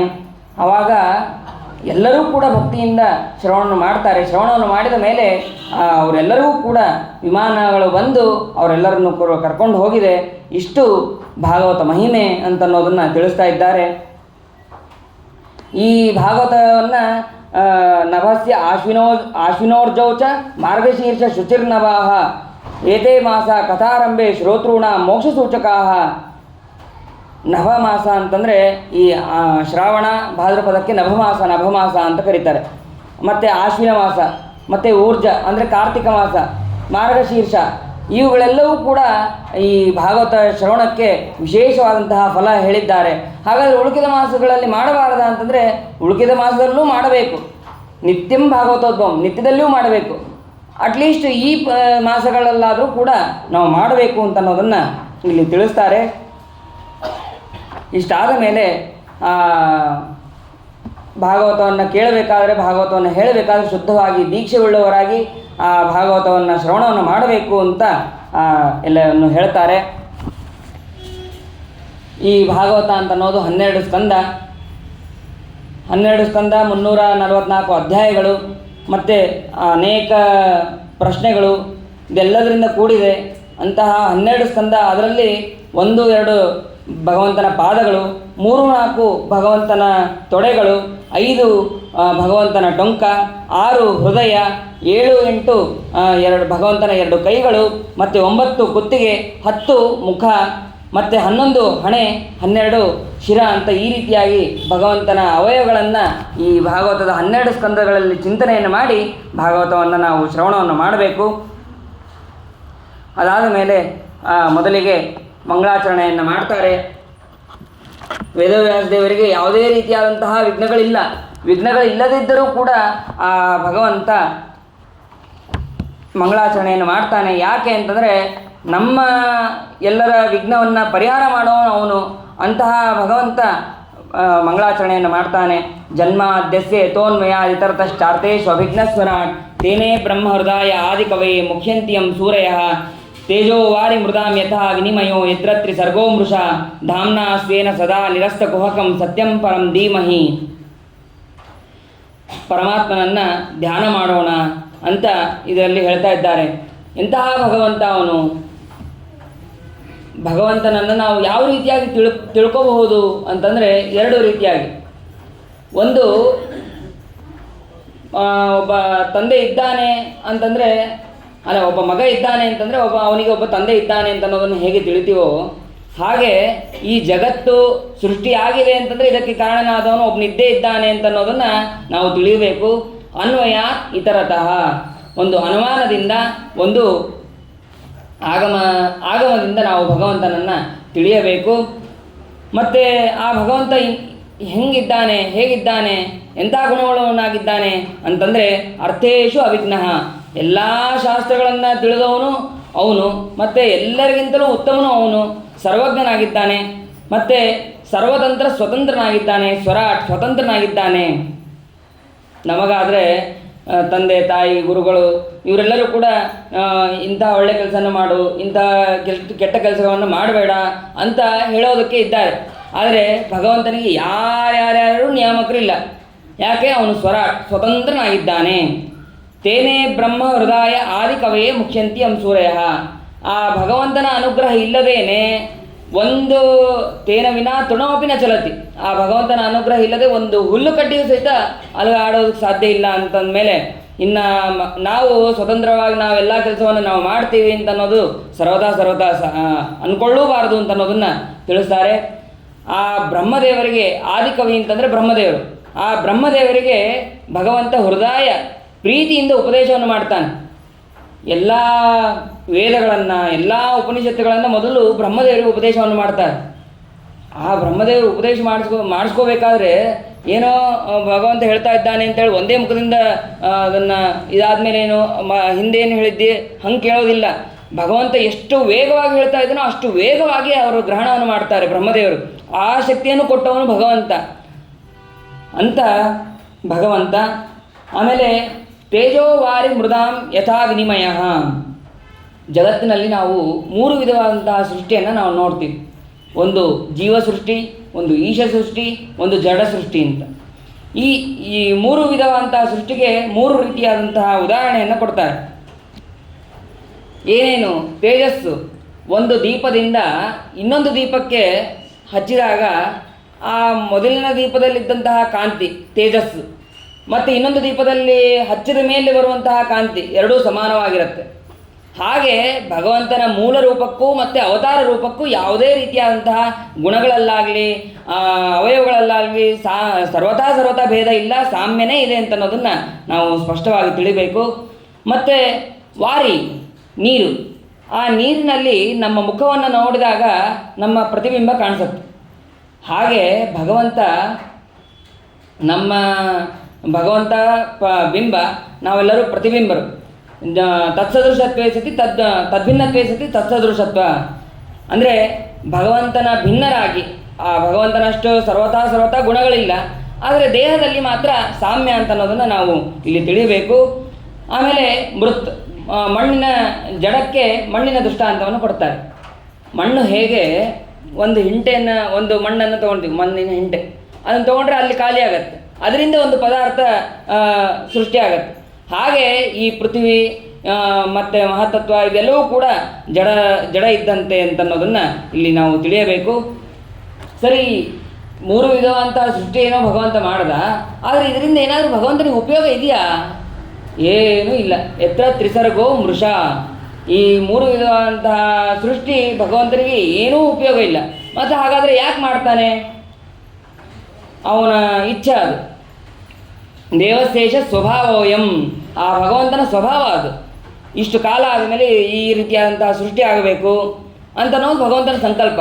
ಅವನ ಸಂಕಲ್ಪಕ್ಕೆ ತಕ್ಕ ಹಾಗೆ ಅವನು ಮಾಡ್ತಾನೆ. ಅದಕ್ಕೆ ಇನ್ನೊಂದು ಭಾಗವತ ತಾತ್ಪರ್ಯವೂ ಕೂಡ ನಾವಿಲ್ಲಿ ತಿಳಿಬೇಕು. ಏಷ ತ್ರಿಸರ್ಗೋ ವಿಷ್ಣುವಸ್ತು ವೃಥಾ ಲೋಕಸ್ಯ ಚ ವೃಥಾ. ಭಗವಂತನಿಗೆ ವ್ಯರ್ಥ ಇರ್ಬೋದು, ಆದರೆ ಜನಕ್ಕೆ ಇಲ್ಲಿರುವಂತಹ ಜೀವರಾಶಿಗಳಿಗೆ ಇದು ಯಾವುದೂ ಕೂಡ ವೃಥ ಅಲ್ಲ, ವ್ಯರ್ಥ ಅಲ್ಲ, ಅವರಿಗೆ ಅವೃಥ ಅಂತ ಅಲ್ಲಿ ಅರ್ಥವನ್ನು ಮಾಡಿಕೊಂಡು ನಾವು ತಿಳ್ಕೋಬೇಕು. ಸ್ವೇನದಾಮ್ನ, ಈ ಜಗತ್ತು ಮಾಯಾಕಲ್ಪಿತವಾದದ್ದಂತ ಅಲ್ಲ, ಸರ್ವತಾ ಅಲ್ಲ, ಸತ್ಯವಾದಂತಹ ಜಗತ್ತು. ನಿರಸ್ತಕುಹಕ ಮಾಯಾವಾದಿಗಳೆಲ್ಲ ಹೇಳ್ತಾ ಇರ್ತಾರೆ ಸರಿಯಾದದ್ದಲ್ಲ, ಏನೋ ಮಾಯಾಕಲ್ಪಿತವಾದಂತಹ ಸೃಷ್ಟಿ ಇದು, ಜಗತ್ತಿದು ಅಂತ. ಅದು ಯಾವುದೂ ಅಲ್ಲ. ಅಂತಹ ಎಲ್ಲರನ್ನೂ ನಿರಸ್ತವನ್ನು ಮಾಡಿ ಸತ್ಯವಾದಂತಹ ಸೃಷ್ಟಿಯನ್ನೇ ಮಾಡಿದ್ದಾನೆ. ಸತ್ಯನಾಮಕನಾದಂತಹ ಪರಮಾತ್ಮನನ್ನು ಧೀಮಹಿ ಧ್ಯಾನ ಮಾಡೋಣ ಅಂತ ಇಲ್ಲಿ ತಿಳಿಸ್ತಾ ಇದ್ದಾರೆ. ಅಲ್ಲ, ಇಲ್ಲಿ ಧ್ಯಾಯೇಮ ಅಂತ ರೂಪ ಆಗಬೇಕು. ಶ್ಲೋಕದಲ್ಲಿ ಧ್ಯಾಯೇಮ ಅಂತ ಆಗಬೇಕಾಗಿತ್ತು. ಧೀಮಹಿ ಅಂತ ಯಾಕೆ ಇಟ್ಟರು ಅನ್ನೋದನ್ನು ವೇದವ್ಯಾಸರು ನಮಗೆ ಧೀಮಹಿ ಅಂತ ಏನೋ ಹೇಳಿಬಿಟ್ರು. ಆದರೆ ಯಾಕೆ ಇಟ್ಟರು ಅಂತ ಅನ್ನೋದನ್ನು ಶ್ರೀಮದ್ ಆಚಾರ್ಯ ನಮಗೆ ಗರುಡ ಪುರಾಣದ ಮಾತನ್ನು ಕೊಟ್ಟು ಹೇಳ್ತಾರೆ. ಅರ್ಥೋಯಂ ಬ್ರಹ್ಮಸೂತ್ರಾಣ ಭಾರತಾರ್ಥ ವಿನಿರ್ಣಯ ಗಾಯತ್ರಿ ಭಾಷ್ಯರೂಪೋಸೌ ವೇದಾರ್ಥ ಪರಿಭ್ರಮಿತ ಪುರಾಣಾನಾಂ ಸಾರರೂಪ ಸಾಕ್ಷಾತ್ ಭಗವತೋದಿತಃ 12 ಸ್ಕಂದ ಸಂಯುಕ್ತೋಯಂ ಶತವಿಚ್ಛೇದ ಸಂಯುತಃ ಗ್ರಂಥೋಷ್ಟಾದಶಸಹಸ್ರ ಶ್ರೀಮದ್ ಭಾಗವತಾಭಿಧಂ. ಇದೇನಾಗಿದೆ, ಇದು ಗಾಯತ್ರಿಯ ಭಾಷ್ಯ ರೂಪವಾಗಿದೆ ಈ ಭಾಗವತ ಅಂತನ್ನೋದು. ಕೇವಲ ಏನೋ ನಾರದರು ಪ್ರಾರ್ಥನೆ ಮಾಡಿದ್ರು, ನಾರದರ ಪ್ರಾರ್ಥನೆಗೆ ಭಾಗವತವನ್ನು ರಚನೆ ಮಾಡಿದ್ರು ಅಂತ ಅಷ್ಟೇ ತಿಳ್ಕೋಬಾರ್ದು. ಇದರಲ್ಲಿ ಭಗವಂತನ ಮಹಿಮೆಯನ್ನು ಪೂರ್ಣವಾಗಿ ಉಳ್ಳದ್ದು. ಮತ್ತು ಆ ಗಾಯತ್ರಿಯ ಭಾಷ್ಯ, ಪುರುಸೂಕ್ತ, ಆ ಪುರುಸೂಕ್ತ, ಹೀಗೆ ಅನೇಕ ವೇದಗಳು ಅದೆಲ್ಲವೂ ಕೂಡ ಒಂದು ಓಂಕಾರದಿಂದ ಬರುತ್ತೆ ಅಂತ ಅನ್ನೋದನ್ನು ನಾವು ತಿಳಿತೀವಿ. ಹಾಗೆ ಎಲ್ಲ ಭಾಷ್ಯಗಳ ಮತ್ತು ಪುರಾಣಗಳ ಸಾರರೂಪವಾಗಿದೆ ಗಾಯತ್ರಿ. ಭಾಷ್ಯ ಅಂತಂದರೆ ಬೇರೆ ಅಲ್ಲ, ಎಲ್ಲ ಪುರಾಣಗಳ ಸಾರ ಅಂತ ಅನ್ನೋದಂದರೆ ಬೇರೆ ಅಲ್ಲ. ಅಷ್ಟು ಅರ್ಥಗರ್ಭಿತವಾಗಿದೆ ಈ ಭಾಗವತ ಅಂತ ಅನ್ನೋದು. ಮತ್ತು ವೇದವ್ಯಾಸ ದೇವರ ಬ್ರಹ್ಮಸೂತ್ರಕ್ಕೆ ಅರ್ಥರೂಪವಾಗೂ ಕೂಡ ಇದೆ ಅಂತ ಅನ್ನೋದನ್ನು ಇಲ್ಲಿ ನಾವು ತಿಳಿಯಬೇಕು. ಅದಕ್ಕೆ ಇಲ್ಲಿ ಧೀಮಹಿ ಅಂತನ್ನೋ ಪದವನ್ನೇ ವೇದವ್ಯಾಸ ದೇವರು ಇಟ್ಟಿದ್ದಾರೆ ಅಂತ ಅನ್ನೋದನ್ನು ತಿಳಿಯಬೇಕು. ಈ ಭಾಗವತವನ್ನು ಏನೋ ರಚನೆ ಮಾಡಿದ್ರು, ಇದಕ್ಕೆ ಅಧಿಕಾರಿಗಳು ಯಾರು, ಪ್ರಯೋಜನ ಏನು, ಇದರಿಂದ ಯಾಕೆ ಇದನ್ನು ಅಧ್ಯಯನ ಮಾಡಬೇಕು ಅಂತಂದರೆ, ಧರ್ಮ ಪ್ರೋಜಿತ ಕೈತವೋತ್ರ ಪರಮಃ ನಿರ್ಮತ್ಸರಾಣಾಂ ಸತಾಂ ವೇದ್ಯಂ ವಾಸ್ತವಮತ್ರ ವಸ್ತು ಶಿವದಂ ತಾಪತ್ರಯೋನ್ಮೂಲನಂ ಶ್ರೀಮದ್ಭಾಗವತೆ ಮಹಾಮುನಿಕೃತೆ ಕಿಂಬಾ ಪರೈರೀಶ್ವರಃ ಸದ್ಯೋ ಹೃದಯ ವರುದ್ಯ ತೇತ್ರ ಕೃತಿಭಿಃ ಶುಶ್ರೂಷುಭಿಸ್ತಕ್ಷಣಾತ್. ಇಲ್ಲಿ ಮುಖ್ಯವಾಗಿ ವಿಷಯ ಯಾವುದು ಅಂತಂದರೆ ಧರ್ಮ. ಏನು ಧರ್ಮ ಅಂತಂದರೆ ಏನು ಅಂತಂದರೆ ಧರ್ಮೋ ಧರ್ಮ ವಿದುತ್ತಮಃ, ಆ ಧರ್ಮನಾಮಕನಾದಂತಹ ಭಗವಂತನೇ ಇಲ್ಲಿ ವಿಷಯ. ಮತ್ತು ಅಧಿಕಾರಿಗಳು ಯಾರು ಅಂತಂದರೆ ಪ್ರೋಜ್ಜಿತ ಕೈತವಃ, ಯಾರು ಮಾತ್ಸರ್ಯತೆ ಇಲ್ಲದೇನೆ, ಕಪಟ ಇಲ್ಲದೇನೆ ಅಧ್ಯಯನ ಮಾಡ್ತಾರೋ, ಯಾರು ನಿಷ್ಕಾಮ ಕರ್ಮವನ್ನು ಮಾಡ್ತಾರೋ ಅವರೇ ಇದಕ್ಕೆ ಅಧಿಕಾರಿಗಳು. ಮತ್ತು ಇದರಿಂದ ಪ್ರಯೋಜನ ಏನು ಅಂತಂದರೆ ಮೋಕ್ಷವೇ ಪ್ರಯೋಜನ, ಮೋಕ್ಷವೇ ಫಲ. ಇದನ್ನು ಬಿಟ್ಟು ಬೇರೆ ಯಾವುದೂ ಕೂಡ ಇಲ್ಲ. ಅಲ್ರಿ, ಮೋಕ್ಷ ಯಾವಾಗೋ ಆಗತ್ತೆ, ಅದಕ್ಕೆ ಈಗಿಂದ ನಾವು ಯಾಕೆ ಮಾಡಬೇಕು ಅಂತಂದರೆ ಇದನ್ನು ಭಕ್ತಿಯಿಂದ ಯಾರು ಭಗವಂತನ ಮಹಿಮೆಯನ್ನು, ಭಗವದ್ ಮಹಿಮೆಯನ್ನು ಯಾರು ಕೇಳ್ತಾರೋ ಅವರಿಗೆ ಏನಾಗುತ್ತೆ, ಭಗವಂತ ಬಂದು ಹೃದಯದಲ್ಲಿ ನೆಲೆಸ್ತಾನೆ. ಸದ್ಯೋ ಹೃದಯ ವರುದ್ಯತೇತ್ರ ಕೃತಿಭಿ ಶುಶ್ರೂಷುಭಿಸ್ ತಕ್ಷಣ. ಆ ಭಗವಂತ ಸದ್ಯದಲ್ಲಿ ಅಂತಂದರೆ ಅವರ ಭಕ್ತಿ ಯೋಗ್ಯತೆ ಬಹಳ ಚೆನ್ನಾಗಿತ್ತು ಅಂತಂದರೆ ಸದ್ಯದಲ್ಲೇ ಭಗವಂತ ಬಂದು ನೆಲೆಸ್ತಾನೆ. ಇಲ್ಲ ಅಂದರೆ ಆ ಜನ್ಮದಲ್ಲಿ, ಇಲ್ಲ ಅಂದರೆ ಅವರವರ ಯೋಗ್ಯತೆಗೆ ಅನುಗುಣವಾಗಿ ಭಗವಂತ ನೆಲೆಸೋದಂತೂ ಮಾತ್ರ ಸತ್ಯ ಅಂತ ಅನ್ನೋದನ್ನು ಇಲ್ಲಿ ತಿಳಿಬೇಕು. ಹಾಗಾದರೆ ಈ ಭಾಗವತ ಅಂತನ್ನುವಂತಹ ಫಲ ಹೇಗೆ ಬಂತು? ನೀವೇನೋ ಭಾಗವತ ಯಾರೋ ಹೇಳಿದ್ರು, ಅದು ನಮಗೆ ಹೆಂಗೆ ಗೊತ್ತಾಯಿತು, ನಮಗೆ ಹೆಂಗೆ ಬಂತು, ಇಲ್ಲಿ ತನಕ ಹೇಗೆ ಬಂತು ಅಂತಂದರೆ ನಿಗಮಕಲ್ಪತರೋರ್ ಗಲಿತಂ ಫಲಂ ಶುಕಮುಖಾದಮೃತದ್ರವ ಸಂಯುತಂ ಪಿಬತ ಭಾಗವತಂ ರಸಮಾಲಯಂ ಮುಹುರಹೋ ರಸಿಕಾ ಭುವಿಭಾವುಕಾಹ. ಅದಕ್ಕೆ ಹೇಳ್ತಾರೆ, ವೇದ ಎಂಬಂತಹ ವೃಕ್ಷ, ಆ ವೃಕ್ಷದಿಂದ ಉದುರಿದಂತಹ ಈ ಫಲ ಧರ್ಮಪುಷ್ಪ ಅರ್ಥಪತ್ರ ಕಾಮಪಲ್ಲವ ಸಂಯುತ ಅಂತಂದು ಅದನ್ನು ಹೇಳ್ತಾರೆ. ಶ್ರೀಮದಾಚಾರ್ಯ ತಾತ್ಪರ್ಯದಲ್ಲಿ ಹೇಳ್ತಾರೆ, ವೇದ ಎಂಬಂತಹ ವೃಕ್ಷದಿಂದ ಉದುರಿದಂತಹ ಹಣ್ಣು. ಆ ಹಣ್ಣು ಹೇಗಿದೆ ಅಂತಂದರೆ, ಒಂದು ಯಾವುದಾದ್ರೂ ಹಣ್ಣಿದ್ದರೆ ಅದು ಗಿಳಿ ಕಚ್ಚಿದರೆ ಅದು ಇನ್ನಷ್ಟು ಸಿಹಿಯಾಗಿದೆ ಅಂತ. ಇಲ್ಲಿ ಗಿಳಿ ಯಾವುದು ಅಂತಂದರೆ ಶುಕಾಚಾರ್ಯರು. ಆ ಶುಕಾಚಾರ್ಯರು ಅವರು ಕಚ್ಚಿದ್ದು ಅಂತಂದರೆ ಅವರಿಂದ ಹೇಳಿದ್ದು ಅಂತ ಅರ್ಥ. ಅವರು ಪೂರ್ಣವಾಗಿ ಆ ಪರೀಕ್ಷಿತ ರಾಜನಿಗೆ ಉಪದೇಶ ಮಾಡಿದ್ದು ಅಂತ ಅನ್ನೋದನ್ನು ನಾವಿಲ್ಲಿ ತಿಳಿಬೇಕು. ಸರಿ, ಇದಕ್ಕೆ ಏನಾದರೂ ಉದ್ಯಾಪನೆ ಅಂತಿದೆಯಾ? ಇವತ್ತು ಶುರು ಮಾಡಿದ್ವಿ ಉದ್ಯಾಪನೆ ಅಂತ ಅನ್ನೋದು, ಈಗ ಏನೋ ಹುಣ್ಣಿಮೆ ದಿವಸ ಮಾಡ್ತೀವಿ. ಆದರೆ ಈ ಭಾಗವತಾಮೃತಕ್ಕೆ ಏನಾದರೂ ಉದ್ಯಾಪನೆ ಅಂತಿದೆಯಾ? ಇಲ್ಲ. ಆಲಯಂ ಅಂತಂದರೆ ಒಂದು ಮರಣ ಪರ್ಯಂತರವಾಗಿ ಮಾಡ್ತಾನೆ ಇರಬೇಕು ಅಂತ ಅನ್ನೋದು ಒಂದರ್ಥ. ಅಥವಾ ಆಲಯಂ ಮೋಕ್ಷದಲ್ಲಿಯೂ ಕೂಡ ಇದನ್ನು ಭಾಗವತಾಮೃತವನ್ನು ನಾವು ನಿತ್ಯವಾಗಿ ಈ ಫಲವನ್ನು ರಸಾಸ್ವಾದನೆಯನ್ನು ಮಾಡಲೇಬೇಕು ಅಂತ ಅನ್ನೋದನ್ನು ಹೇಳ್ತಾರೆ. ಮತ್ತು ಏಕಾದಶಿ ಉಪವಾಸ ಎಲ್ಲ ಮಾಡ್ತೀವಿ ನಾವು. ಅಂತಹ ಏಕಾದಶಿ ದಿವಸ ಈ ಫಲ ಬರುತ್ತೋ ಇಲ್ಲೋ? ಅವಶ್ಯವಾಗಿ ಇದೇ ಫಲ ಬರುತ್ತೆ. ಏಕಾದಶಿ ದಿವಸ ಬೇರೆ ಹಣ್ಣುಗಳು ಯಾವುವು ಬರಲ್ಲ, ಈ ಭಾಗವತಾಮೃತ ಅಂತನ್ನುವಂತಹ ಫಲ ಅಂತನ್ನೋದು ಬಂದೇ ಬರುತ್ತೆ ಅಂತ ಅನ್ನೋದನ್ನು ನಮಗೆ ತಿಳಿಸ್ತಾರೆ. ಅಂತಹ ಭಾಗವತ ಫಲವನ್ನು ನಾವು ಅವಶ್ಯವಾಗಿ ಗ್ರಹಣವನ್ನು ಮಾಡಲೇಬೇಕು. ಈ ಭಾಗವತ ಫಲವನ್ನು ಶುಕಾಚಾರ್ಯರು ಉಪದೇಶವನ್ನು ಪರೀಕ್ಷಿತ ರಾಜನಿಗೆ ಮಾಡಿದ್ರು ಅಂತಂದ್ರಿ. ಆದರೆ ಶುಕಾಚಾರ್ಯರು ಪರೀಕ್ಷಿತ ರಾಜನಿಗೆ ಮಾಡಬೇಕಾದ್ರೆ ಬೇರೆ ಯಾರಾದ್ರು ಇದ್ರ? ಹೇಗೆ ಬಂತ ಆ ಕಥೆ ಅಲ್ಲಿಂದ ಇಲ್ಲಿಗೆ ಅಂತಂದರೆ ಅದಕ್ಕೆ ಹೇಳ್ತಾರೆ, ನೈಮಿಷೇ ನಿಮಿಷ ಕ್ಷೇತ್ರೇ ಋಷೇ ಶೌನಕಾದಯ ಸತ್ರಂ ಸ್ವರ್ಗಾಯ ಲೋಕಾಯ ಸಹಸ್ರ ಸಮಮಾಸತ. ನೈಮಿಷಾರಣ್ಯ ಕ್ಷೇತ್ರ, ಆ ಕ್ಷೇತ್ರದಲ್ಲಿ ಎಲ್ಲ ಶೌನಕಾದಿ ಋಷಿಗಳು ಅವರು 1000 ವರ್ಷಗಳ ಕಾಲ ಅಲ್ಲಿ ಯಜ್ಞವನ್ನು ಮಾಡ್ತಾಯಿದ್ರು. ಯಾಕೆ ಅಂತಂದರೆ ಸ್ವರ್ಗಾಯ, ಇಲ್ಲಿ ಸ್ವರ್ಗ ಅಂತಂದರೆ ಸ್ವರ್ಗ ಅಂತ ತಿಳ್ಕೊಬಾರ್ದು, ಮೋಕ್ಷ ಅಂತ ಅನ್ನೋದನ್ನು ನಾವು ತಿಳ್ಕೋಬೇಕು ಅಂತಂದು ಯಾದವಾರ ತಿಳಿಸ್ತಾರೆ. ಅಂತಹ ಮೋಕ್ಷಕ್ಕಾಗಿ ಅವರು ಯಜ್ಞವನ್ನು ಮಾಡ್ತಾಯಿದ್ರು. ಅಂತಹ ಸಮಯದಲ್ಲಿ ಅವರು ಯಾಗ ಮಾಡುವಂತಹ ಸಮಯದಲ್ಲಿ ಸೂತಾಚಾರ್ಯರು ಅಲ್ಲಿಗೆ ಬರ್ತಾರೆ. ಸೂತಾಚಾರ್ಯರು ಬಂದಾಗ ಅವರಿಗೆ ಬಂದ ತಕ್ಷಣ ಅವರಿಗೆ ಆದರ ಗೌರವವನ್ನು ಸತ್ಕಾರವನ್ನು ಮಾಡಿ ಅವರಿಗೆ ಶ್ರೇಷ್ಠವಾದಂತಹ ಅರ್ಘ್ಯಪಾದ್ಯಾದಿಗಳನ್ನು ಆಸನವನ್ನು ಕೊಟ್ಟು ಅವರನ್ನು ಕುಡಿಸಿ ಕೇಳ್ತಾರೆ. ಅವರಿಗೆ ನಮಸ್ಕಾರವನ್ನು ಮಾಡಿ ಕೇಳ್ತಾರೆ, ತ್ವಯಾ ಖಲು ಪುರಾಣಾನಿ ಸೇತಿಹಾಸಾನಿ ಚಾನಗ ಆಖ್ಯಾತಾನ್ಯಪ್ಯದೀತಾನಿ ಧರ್ಮಶಾಸ್ತ್ರಾಣಿ ತಾನ್ಯುತ ಯಾನಿ ವೇದ ವಿಧಾಂ ಶ್ರೇಷ್ಠ ಭಗವಾನ್ ಬಾದರಾಯಣಃ. ಸ್ವಾಮಿ, ನಿಮ್ಮಿಂದ ನಾವು ಅನೇಕ ಇತಿಹಾಸ ಪುರಾಣಗಳನ್ನು ಎಲ್ಲವನ್ನೂ ಕೂಡ ನಾವು ಶ್ರವಣ ಮಾಡಿದ್ದೇವೆ. ಮತ್ತು ಅಷ್ಟೇ ಅಲ್ಲ, ವೇದವ್ಯಾಸ ದೇವರು ಏನು ತಿಳಿದಿದ್ದಾರೋ ಅದೆಲ್ಲವನ್ನು ಕೂಡ ನೀವು ತಿಳಿದಿದ್ದೀರಿ ಅಂತ ಭಾಗವತದಲ್ಲಿ ನಮಗೆ ತೋರುತ್ತೆ. ಅದಕ್ಕೆ ಸರಿಯಾಗಿ ಅರ್ಥವನ್ನು ಮಾಡ್ಕೋಬೇಕು. ಯಾನಿ ಬಾದರಾಯಣ ವೇದ ಅನ್ಯೇಚ ಮುನೆಯ ಯಾನಿ ವೇದ ತತ್ ತಾನಿ ತ್ವಂ ವೇದ ಅಂತಂದು ಇಲ್ಲಿ ತಿಳ್ಕೋಬೇಕು.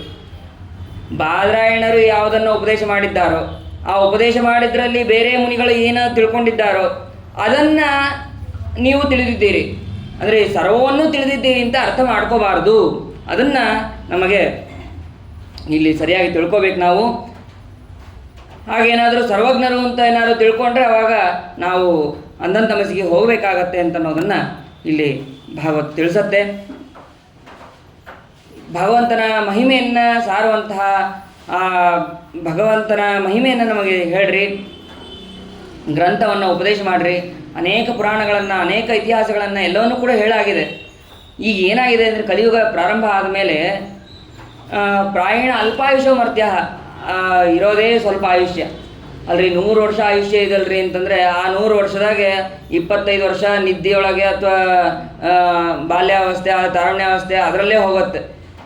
ಇನ್ನು ಕೊನೆ ಕಾಲದಲ್ಲಿ ಇನ್ನು 25 ವರ್ಷ ಕೊನೆ ಕಾಲಕ್ಕೆ ಬಂದಿರುತ್ತೆ. ಆ ಸಮಯದಲ್ಲಿ ನಾವು ಭಗವಂತನ ಮಹಿಮೆಯನ್ನು, ಭಗವಂತನ ಕಥೆಯನ್ನು, ಭಾಗವತವನ್ನು ಕೇಳೋಣ ಅಂತ ಹೋಗ್ತೀವಿ. ಕಿವಿ ಕೇಳಲ್ಲ, ಕಣ್ ಕಾಣಲ್ಲ, ಓಡಾಡಕ್ಕೆ ಬರೋದಲ್ಲ, ಇನ್ನೇನೇನೋ ಆಗುತ್ತೆ. ಅವು ಯಾವ ರೋಗ ಇಲ್ಲದೆ ಇದ್ದಾಗ ಮೊದಲಿಗೆ ನಾವು ಭಗವಂತನ ಮಹಿಮೆಯನ್ನು ಶ್ರವಣವನ್ನು ಮಾಡಬೇಕು ಅಂತ ಅನ್ನೋದನ್ನು ತಿಳಿಸ್ತಾರೆ. ಮತ್ತು ಕಲಿಯುಗದಲ್ಲಿ ಎಲ್ಲ ಅಲ್ಪಮತಿಗಳು, ಮಂದ ಸುಮಂದ ಮತ ಎಲ್ಲರೂ ಅಲ್ಪಜ್ಞರು. ಅಂತಹ ಅಲ್ಪಜ್ಞರಿಗೆ ತಿಳಿಯುವಂತಹ ಭಗವಂತನ ವಿಷಯವನ್ನು ನಮಗೆ ತಿಳಿಸ್ರಿ.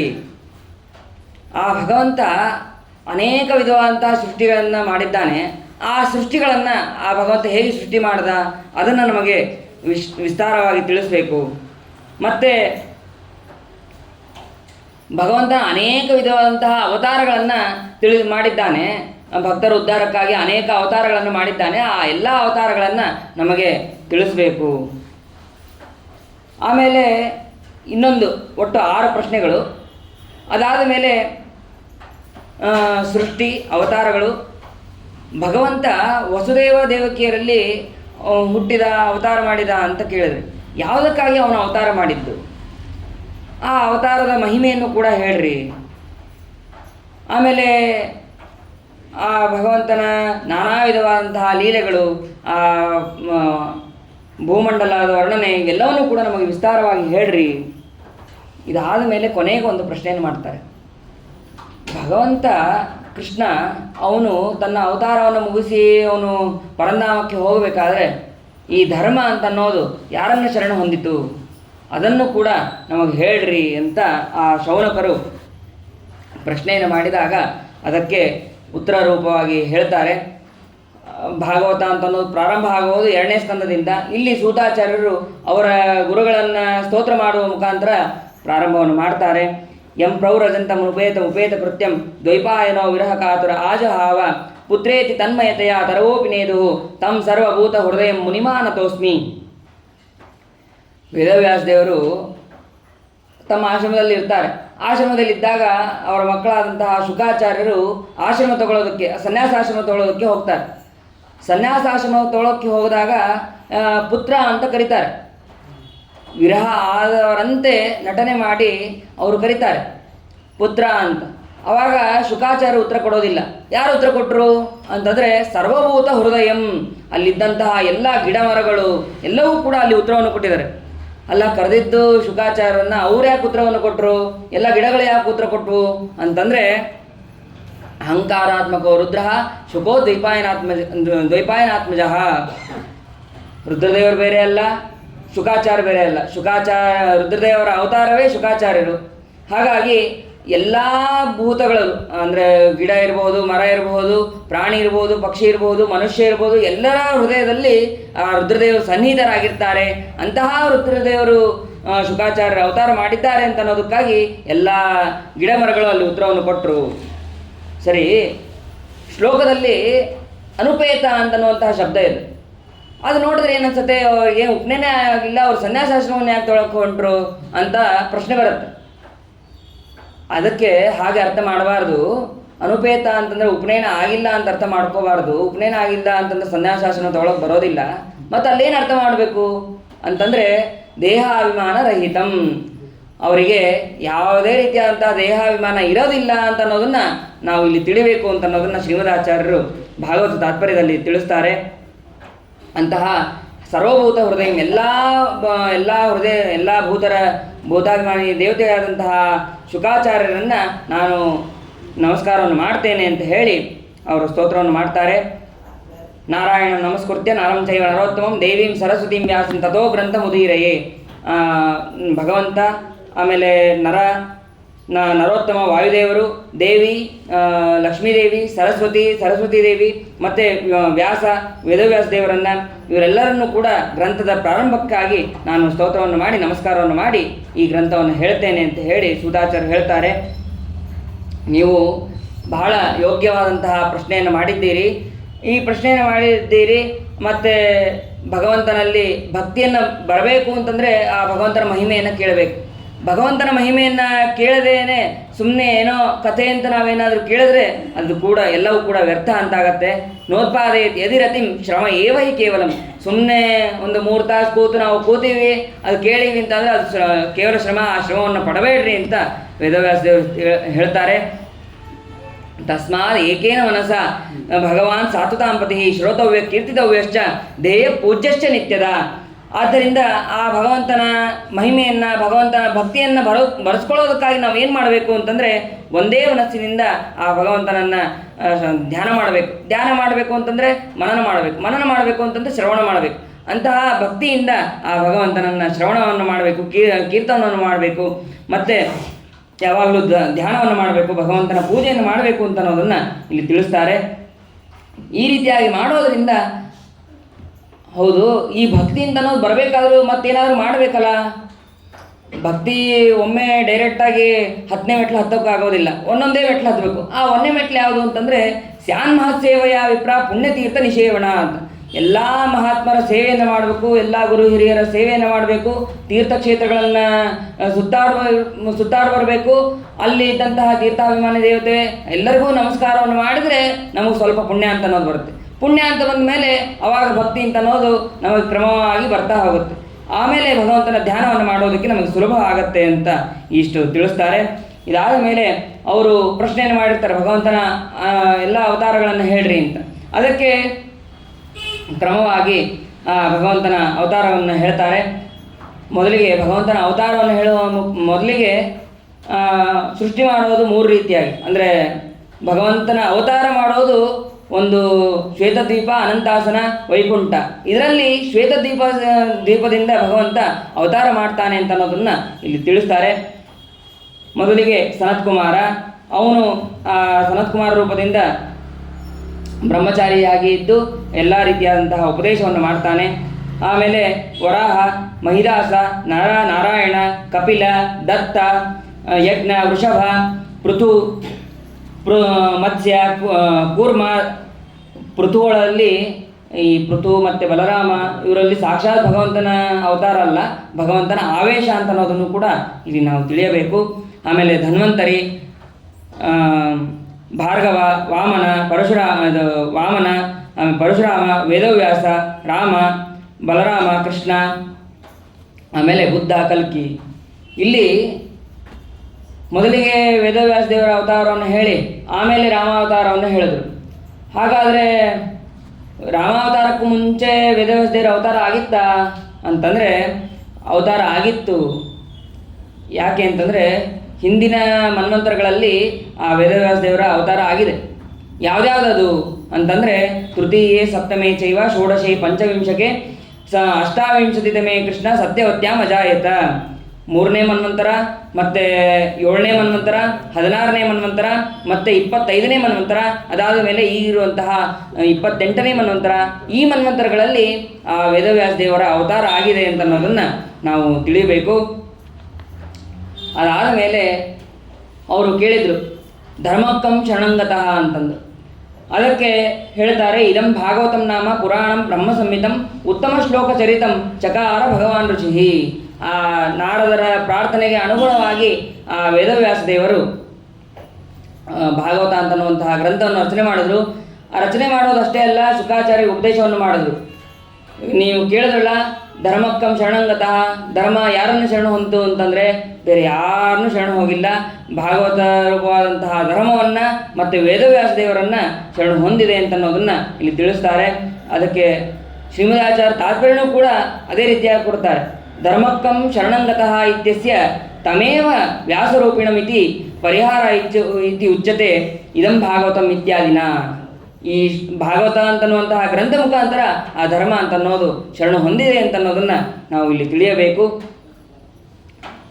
ಸರಿ, ಶುಕಾಚಾರ್ಯರಿಗೆ ವೇದವ್ಯಾಸರು ಉಪದೇಶವನ್ನು ಮಾಡಿದ್ರು. ಉಪದೇಶವನ್ನು ಮಾಡಿದ ಮೇಲೆ ಆ ಶುಕಾಚಾರ್ಯರು ಪ್ರಾಯೋಪವೇಶಕ್ಕೆ ಕುಳಿತಂತಹ ಪರೀಕ್ಷಿತ ರಾಜನಿಗೆ ಉಪದೇಶವನ್ನು ಮಾಡಿದರು ಅಂತನ್ನೋದನ್ನು ಇಲ್ಲಿ ತಿಳಿಸ್ತಾರೆ. ಸರಿ, ಆ ಶುಕಾಚಾರ್ಯರಲ್ಲಿ ಪರೀಕ್ಷಿತ ರಾಜರಲ್ಲಿ ಒಂದು ಕ್ಷಣ ಅವನು ಅದು ಶುಕಾಚಾರ್ಯರು ಒಂದು ಕ್ಷಣ ನಿಲ್ಲೋರಲ್ಲ. ಭಿಕ್ಷೆಯನ್ನು ಬೇಡಕ್ಕೆ ಬಂದಿರ್ತಾರೆ. ಬಂದಾಗ ಒಂದು ಆಕಳಿನ ಹಾಲು ಆ ಪಾತ್ರೆಯಲ್ಲಿ ಬೀಳಕ್ಕೆ ಎಷ್ಟು ಸಮಯ ಬೇಕು, ಆ ಸಮಯ ಅಷ್ಟೇ ಅವರು ಮನೆ ಮುಂದೆ ನಿಂತಿರ್ತಾರೆ. ಆ ಸಮಯದಲ್ಲಿ ಏನಾದ್ರು ಬಂದರೆ ಭಿಕ್ಷೆ ಹಾಕಿಸ್ಕೊತಾರೆ, ಇಲ್ಲಾಂದರೆ ಇಲ್ಲೇ ಇಲ್ಲ, ಹಾಗೆ ಹೋಗ್ತಾ ಇರ್ತಾರೆ. ಸ ಗೋದೋಹನ ಮಾತ್ರ ಹಿ ಗೃಹೇಶು ಗೃಹಮೇ ದಿನ ಅವೇಕ್ಷತೆ ಮಹಾಭಾಗ ಸ್ಥೀರ್ತೀಕುರ್ವನ್ ಸದಾಶ್ರಮಂ. ಅಂತಹ ಶುಕಾಚಾರ್ಯರು ಈ ಪರೀಕ್ಷಿತ ರಾಜನಿಗೆ ಉಪದೇಶ ಮಾಡಿದ್ರೆ ಹೇಗೆ? ಈ ಪರೀಕ್ಷಿತ ರಾಜನಾದರೂ ಅವನು ಭೂಮಂಡಲ ಚಕ್ರವರ್ತಿ, ಅವನು ಅಂತಹ ಚಕ್ರವರ್ತಿಗೆ ಪ್ರಾಯೋಪವೇಶಕ್ಕೆ ಕೊಡುವಂತಹ ಪ್ರಸಕ್ತಿ ಆದರೆ ಯಾಕೆ ಬಂತು? ಅದನ್ನು ನಮಗೆ ಹೇಳ್ರಿ ಅಂತ ಹೇಳಿದಾಗ ಅದಕ್ಕೆ ಸೂತಾಚಾರ್ಯರು ಹೇಳ್ತಾರೆ, ಪ್ರಾಯೋಪವೇಶ ಅಂತಂದರೆ ಆಮರಣ ಅಂತ ಉಪವಾಸ. ಇದು ಇವತ್ತಿನಿಂದ ನಾನು ಸಾಯೋ ತನಕ ನಾವು ಉಪವಾಸದಲ್ಲಿ ಇರ್ತೇನೆ ಅಂತನ್ನುವಂತಹ ವ್ರತಕ್ಕೆ ಪ್ರಾಯೋಪವೇಶ ಅಂತ ಕರೀತಾರೆ. ಅಂತಹ ವ್ರತವನ್ನು ಇವನು ಪರೀಕ್ಷಿತ ರಾಜ ಯಾಕೆ ಮಾಡಿದ, ಅದರ ಪ್ರಸಕ್ತಿ ಏನು ಅಂತ ಅನ್ನೋದನ್ನು ವಿಸ್ತಾರವಾಗಿ ಹೇಳ್ರಿ ಅಂತ ಕೇಳಿದಾಗ ಹೇಳ್ತಾರೆ, ದ್ವಾಪರೇ ಸಮನುಪ್ರಾಪ್ತೆ ತೃತೀಯೇ ಯುಗಪರ್ಯೇ ಜಾತಃ ಪರಾಶರಾದ್ಯೋಗಿ ವಾಸವ್ಯಾಂ ಕಲೆಯಾ ಹರೇಹೇ. ಆ ದ್ವಾಪರದ ಅಂತ್ಯಕಾಲದಲ್ಲಿ ಅಂತ್ಯಕಾಲದಲ್ಲಿ ಆ ವೇದವ್ಯಾಸ ದೇವರು ಅವತಾರ ಮಾಡಿ ಅನೇಕ ವಿಧವಾದಂತಹ ಎಲ್ಲ ದುಷ್ಟಶಾಸ್ತ್ರಗಳು ಆವಾಗ ಹುಟ್ಟಿದ್ದು. ಆ ಎಲ್ಲ ಶಾಸ್ತ್ರಗಳನ್ನು ಸರಿ ಮಾಡೋದಕ್ಕಾಗಿ, ಸಚ್ಚಾಸ್ತ್ರವನ್ನು ತಿಳಿಸೋದಕ್ಕಾಗಿ ಅವರು ಸೂತ್ರಗಳನ್ನು ಮತ್ತು ವೇದಗಳನ್ನು ವಿಭಾಗವನ್ನು ಮಾಡಿ ಅವರು ಕೊಡ್ತಾರೆ.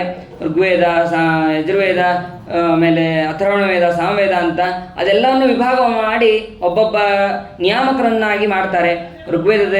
ಋಗ್ವೇದಕ್ಕೆ ಪೈಲರನ್ನು, ಸಾಮವೇದಕ್ಕೆ ಜೈಮಿನಿಗಳನ್ನು, ವೈಶಂಪಾಯನರನ್ನು ಯಜುರ್ವೇದಕ್ಕೆ, ಅಥರ್ವಕ್ಕೆ ಅಂಗಿರಸ ಋಷಿಗಳನ್ನು, ಹೀಗೆ ಅಲ್ಲಿ ನಿಯಾಮಕರನ್ನಾಗಿ ಮಾಡ್ತಾರೆ. ಮತ್ತು ಇತಿಹಾಸದ ಪುರಾಣಗಳಿಗೆ ಯಾರನ್ನು ನಿಯಾಮಕರನ್ನಾಗಿ ಮಾಡಿದ್ರು ಅಂತಂದರೆ ಪಿತಾಮೇ ರೋಮಹರ್ಷಣ.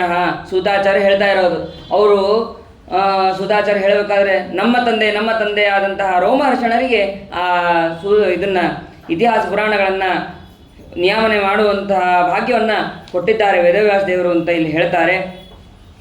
ಅದಾದ ಮೇಲೆ ಇಷ್ಟೆಲ್ಲ ಗ್ರಂಥಗಳನ್ನು ಮಾಡಿದ್ರು, 17 ಪುರಾಣಗಳನ್ನು ರಚನೆ ಮಾಡಿದ ಮೇಲೆ ಭಗವಂತನ ಯಾವುದೋ ಒಂದು ನದಿ ತೀರದಲ್ಲಿ ಕೂತಿದ್ರು. ಆ ಗಂಗಾ ನದಿ ತೀರದಲ್ಲಿ ಕೂತಾಗ ನಾರದರು ಬಂದರು, ಅಲ್ಲ ಸ್ವಾಮಿ, ಯಾಕೆ ದುಃಖದಲ್ಲಿ ಕುಳಿತಿದ್ದೀರಿ? ನಿಮ್ಗೆ ದುಃಖನೇ ಇಲ್ಲ ಅಂತ ನೀನು ಯಾಕೆ ದುಃಖದಲ್ಲಿ ಇದ್ದ ಹಾಗಿದ್ದಿ? ಇಲ್ಲಿ ಒಂದೇ ತಿಳ್ಕೊಬೇಕು, ಭಗವಂತನಿಗೆ ದುಃಖ ಇದೆ ಅಂತಂದರೆ ಯಾವ ಥರದ ದುಃಖ ಇಲ್ಲ ಅಂತ ಅನ್ನೋದನ್ನು ನಾವು ಸರಿಯಾಗಿ ತಿಳ್ಕೊಬೇಕು.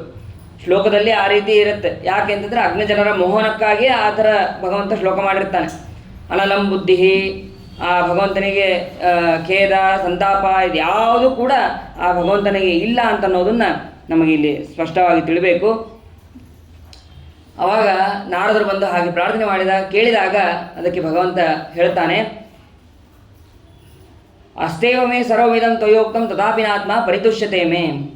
ನಾನು ಎಲ್ಲ ಮಾಡಿದರೂ ನನಗೇನೋ ಇನ್ನೂ ಒಂದು ಕಾರ್ಯ ಯಾವುದೋ ಒಂದಿದೆ, ಆ ಕಾರ್ಯ ಯಾವುದೂ ಗೊತ್ತಾಗ್ತಾ ಇಲ್ಲ, ಏನು ಮಾಡಬೇಕು, ಅದಕ್ಕೆ ನಾನು ಈ ಚಿಂತೆಯಲ್ಲಿ ಇದ್ದೇನೆ ಅಂತಂದು ವೇದವ್ಯಾಸರು ಹೇಳ್ತಾರೆ. ನಾರದರಿಗೆ ಒಂದು ಕೀರ್ತಿ ಕೊಡಬೇಕಾಗಿದೆ, ಅವರಿಂದ ಭಾಗವತವನ್ನು ಪಠಣ ಮಾಡಿಸ್ಕೊಂಡು ಕೀರ್ತಿಯನ್ನು ಆ ನಾರದರಿಗೆ ಕೊಡಬೇಕಾಗಿದೆ. ಅದಕ್ಕಾಗಿ ಭಗವಂತ ಈ ರೀತಿಯಾಗಿ ನಟನೆ ಮಾಡ್ತಾ ಇರೋದೇ ಹೊರತು ಅವನಿಗೆ ಯಾವುದೇ ರೀತಿಯಾದಂತಹ ಚಿಂತ, ಸಂತಾಪ, ಲೇಪ ಅಂತ ಅನ್ನೋದು ಇಲ್ಲ ಅಂತ ಅನ್ನೋದನ್ನು ನಾವು ತಿಳಿಯಬೇಕು. ಆವಾಗ ನಾರದರು ಹೇಳ್ತಾರೆ, ಮಹಾಭಾರತಾದಿ ಗ್ರಂಥಗಳಲ್ಲಿ ಧರ್ಮವನ್ನು ಮತ್ತು ಆಚಾರ ವಿಚಾರ ಅದೆಲ್ಲವನ್ನು ಬಹಳ ಸ್ಪಷ್ಟವಾಗಿ ಹೇಳಿದ್ದೀರಿ. ಮತ್ತು ಅಲ್ಲಿ ಭಗವಂತನ ಮಹಿಮೆ ಹೇಳಿಲ್ವಾ? ಭಗವಂತನ ಮಹಿಮೆಯನ್ನು ಹೇಳಿದ್ದೀರಿ, ಆದರೆ ಅದು ಜನಕ್ಕೆ ಗೊತ್ತಾಗುವ ಹಾಗೆ ಇಲ್ಲ. ಅಲ್ಲಿ ಎಲ್ಲ ಸಮಾಧಿ ಭಾಷೆಯಲ್ಲಿ ನೀವು ಅಲ್ಲಿ ಹೇಳಿದ್ದೀರಿ. ಸಮಾಧಿ ಭಾಷಾ, ದೇವಭಾಷಾ, ಗುಹ್ಯ ಭಾಷಾ ಅಂತ ಈ ರೀತಿಯಾಗಿ 3 ವಿಧ. ಅದರಲ್ಲಿ ಸಮಾಧಿ ಭಾಷೆಯಲ್ಲಿ ಹೇಳಿದ್ದೀರಿ. ಆ ಸಮಾಧಿ ಭಾಷೆಯಲ್ಲಿ ಹೇಳಿದ್ರಿಂದ ಯಾವ ಜನಕ್ಕೆ ಅಲ್ಲಿ ಭಗವಂತನ ಮಹಿಮೆ ಅಂತ ಅನ್ನೋದು ಗೊತ್ತಾಗೋದಿಲ್ಲ. ವಿಶೇಷವಾಗಿ ಭಗವಂತನ ಮಹಿಮೆಯನ್ನು ತಿಳಿಸುವಂತಹ ಸಜ್ಜನರ ಮಹಿಮೆಯನ್ನು ತಿಳಿಸುವಂತಹ ಒಂದು ಗ್ರಂಥ ಅಂತ ಅನ್ನೋದು ಬೇಕಾಗಿದೆ. ಆ ಗ್ರಂಥವನ್ನು ನೀವು ಮಾಡಿರಿ ಅಂತ ಅವರು ಪ್ರಾರ್ಥನೆ ಮಾಡ್ತಾ ಇದ್ದಾರೆ. ಅಲ್ಲ, ಸಜ್ಜನರ ಮಹಿಮೆಯನ್ನು ತಿಳಿಸುವಂಥ ಗ್ರಂಥ ಯಾಕೆ ಬೇಕು? ಅದಕ್ಕೆ ಆ ನಾರದರು ಹೇಳ್ತಾರೆ, ನನ್ನ ಪೂರ್ವ ಇತಿಹಾಸವನ್ನು ನಿನಗೆ ಹೇಳ್ತೇನೆ ಅಂತ ಹೇಳಿ ಆ ವೇದವ್ಯಾಸರ ಮುಂದೆ ಹೇಳ್ತಾರೆ.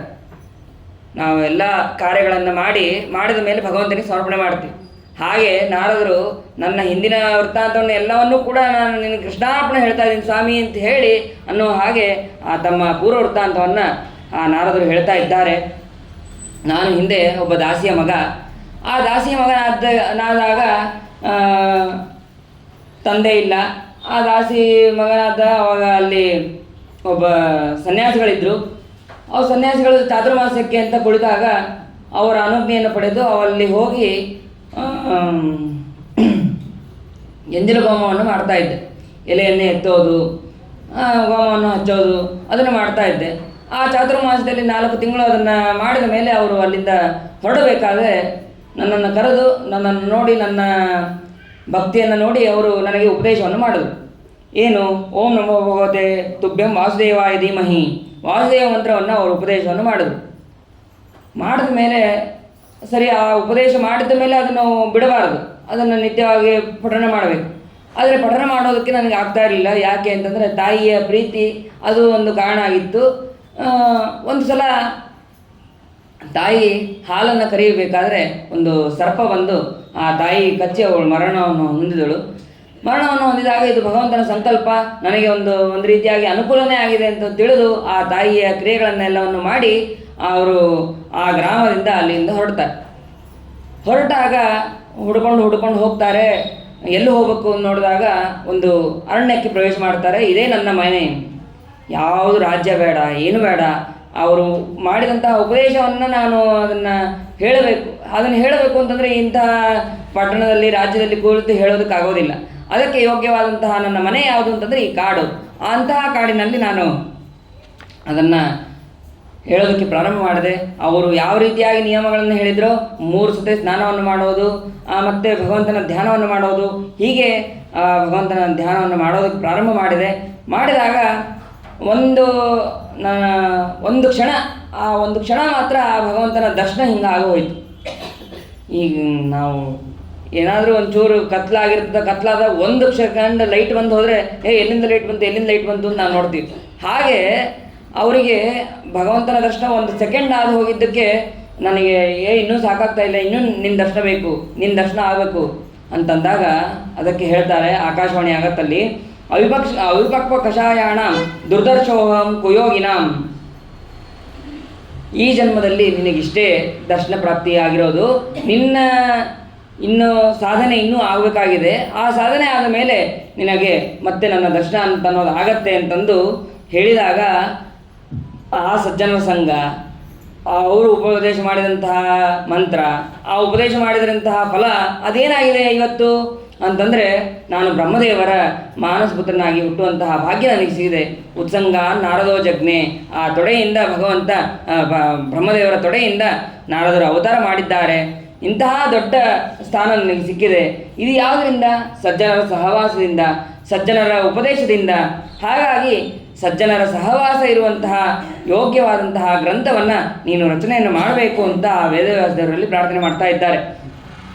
ಶ್ರೇಷ್ಠವಾದಂತಹ ಒಂದು ದೇವತೆಗಳೆಲ್ಲರೂ ಸೇರಿ ಒಂದು ವೀಣೆಯನ್ನು ಕೊಡ್ತಾರೆ. ಅದು ಸುಂದರವಾದಂತಹ ವೀಣೆಯನ್ನು ತಗೊಂಡು ನಾನು ಎಲ್ಲ ಕಡೆ ಸಂಚಾರವನ್ನು ಮಾಡ್ತಾ ಭಗವಂತನ ನಾಮಸ್ಮರಣೆಯನ್ನು ಮಾಡ್ತಾ ಇದ್ದೇನೆ. ಅಂತಹ ಭಗವಂತನ ಮಹಿಮೆಯನ್ನು, ಭಗವಂತನ ಅವತಾರಗಳನ್ನು ಹೇಳುವಂತಹ ಶ್ರೇಷ್ಠವಾದಂಥ ಗ್ರಂಥವನ್ನು ನೀನು ರಚನೆಯನ್ನು ಮಾಡಬೇಕು ಅಂತ ಆ ನಾರದರಲ್ಲಿ ಪ್ರಾರ್ಥನೆಯನ್ನು ಮಾಡಿ ಅವರು ಅಲ್ಲಿಂದ ಹೊರಟ ಮೇಲೆ ಸರಿ ಆಯಿತು ಅಂತಂದು ಆ ವೇದವ್ಯಾಸ ದೇವರು ನಾರದರ ಪ್ರಾರ್ಥನೆಗೆ ಅನುಗುಣವಾಗಿ ಒಂದು ಸರಸ್ವತಿ ನದಿ ತೀರ ಪಶ್ಚಿಮ ತಟದಲ್ಲಿ ಶಮ್ಯಾಪ್ರಾಸ ಅಂತನ್ನುವಂತಹ ಒಂದು ಪ್ರದೇಶ, ಆ ಪ್ರದೇಶದಲ್ಲಿ ಅವರು ಆ ಗ್ರಂಥವನ್ನು ಭಾಗವತ ಅಂತನ್ನುವಂತಹ ಗ್ರಂಥವನ್ನು ರಚನೆ ಮಾಡ್ತಾರೆ. ರಚನೆಯನ್ನು ಮಾಡಿ ಶುಕಾಚಾರ್ಯರಿಗೆ ಉಪದೇಶವನ್ನು ಮಾಡಿ ನೀವು ಎಲ್ಲ ಕಡೆ ಇದನ್ನು ವಿಸ್ತಾರವನ್ನು ಮಾಡಿರಿ ಅಂತ ಹೇಳ್ತಾರೆ. ಹೇಳಿದ ಮೇಲೆ ಅದೇ ರೀತಿಯಾಗಿ ಆ ಶುಕಾಚಾರ್ಯರು ಉಪದೇಶವನ್ನು ಮಾಡ್ತಾರೆ. ಮತ್ತು ಶೌನಕರು ಪ್ರಶ್ನೆ ಮಾಡ್ತಾರೆ, ಹಾಗಾದರೆ ಈ ಪರೀಕ್ಷಿತ ರಾಜ ಅವನಿಗೆ ಪ್ರಾಯೋಪವೇಶಕ್ಕೆ ಬರೋಕ್ಕೆ ಕಾರಣ ಏನು ಅಂತನ್ನೋದನ್ನು ಕೂಡ ವಿಸ್ತಾರವಾಗಿ ಹೇಳ್ರಿ ಅಂತ ಹೇಳಿದಾಗ ಅದನ್ನು ನಾಳೆಯ ದಿನ ತಿಳಿಯೋಣ ಅಂತ ಹೇಳ್ತಾ ನನ್ನ 2 ಮಾತನ್ನು ಮುಗಿಸ್ತೇನೆ. ಅನೇನ ಭಾವೇತ್ ಪುಣ್ಯಂ ತದಾಪ್ನೋತು ಗುರುರ್ಮಮ. ಹರೇ ನಮಃ. ಶ್ರೀಕೃಷ್ಣ ಅರ್ಪಣಮಸ್ತು.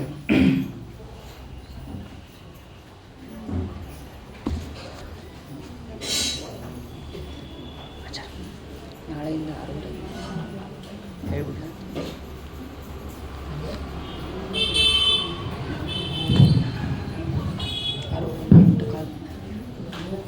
ಎಲ್ಲ ಜೀವದ್ಭಕ್ತರಲ್ಲಿ ಒಂದು ಸೂಚನೆ, ನಾಳೆಯಿಂದ ಸರಿಯಾಗಿ 6:30ರಿಂದ 8 ಗಂಟೆಯವರೆಗೆ ಪ್ರವಚನ ಆಗ್ತದೆ.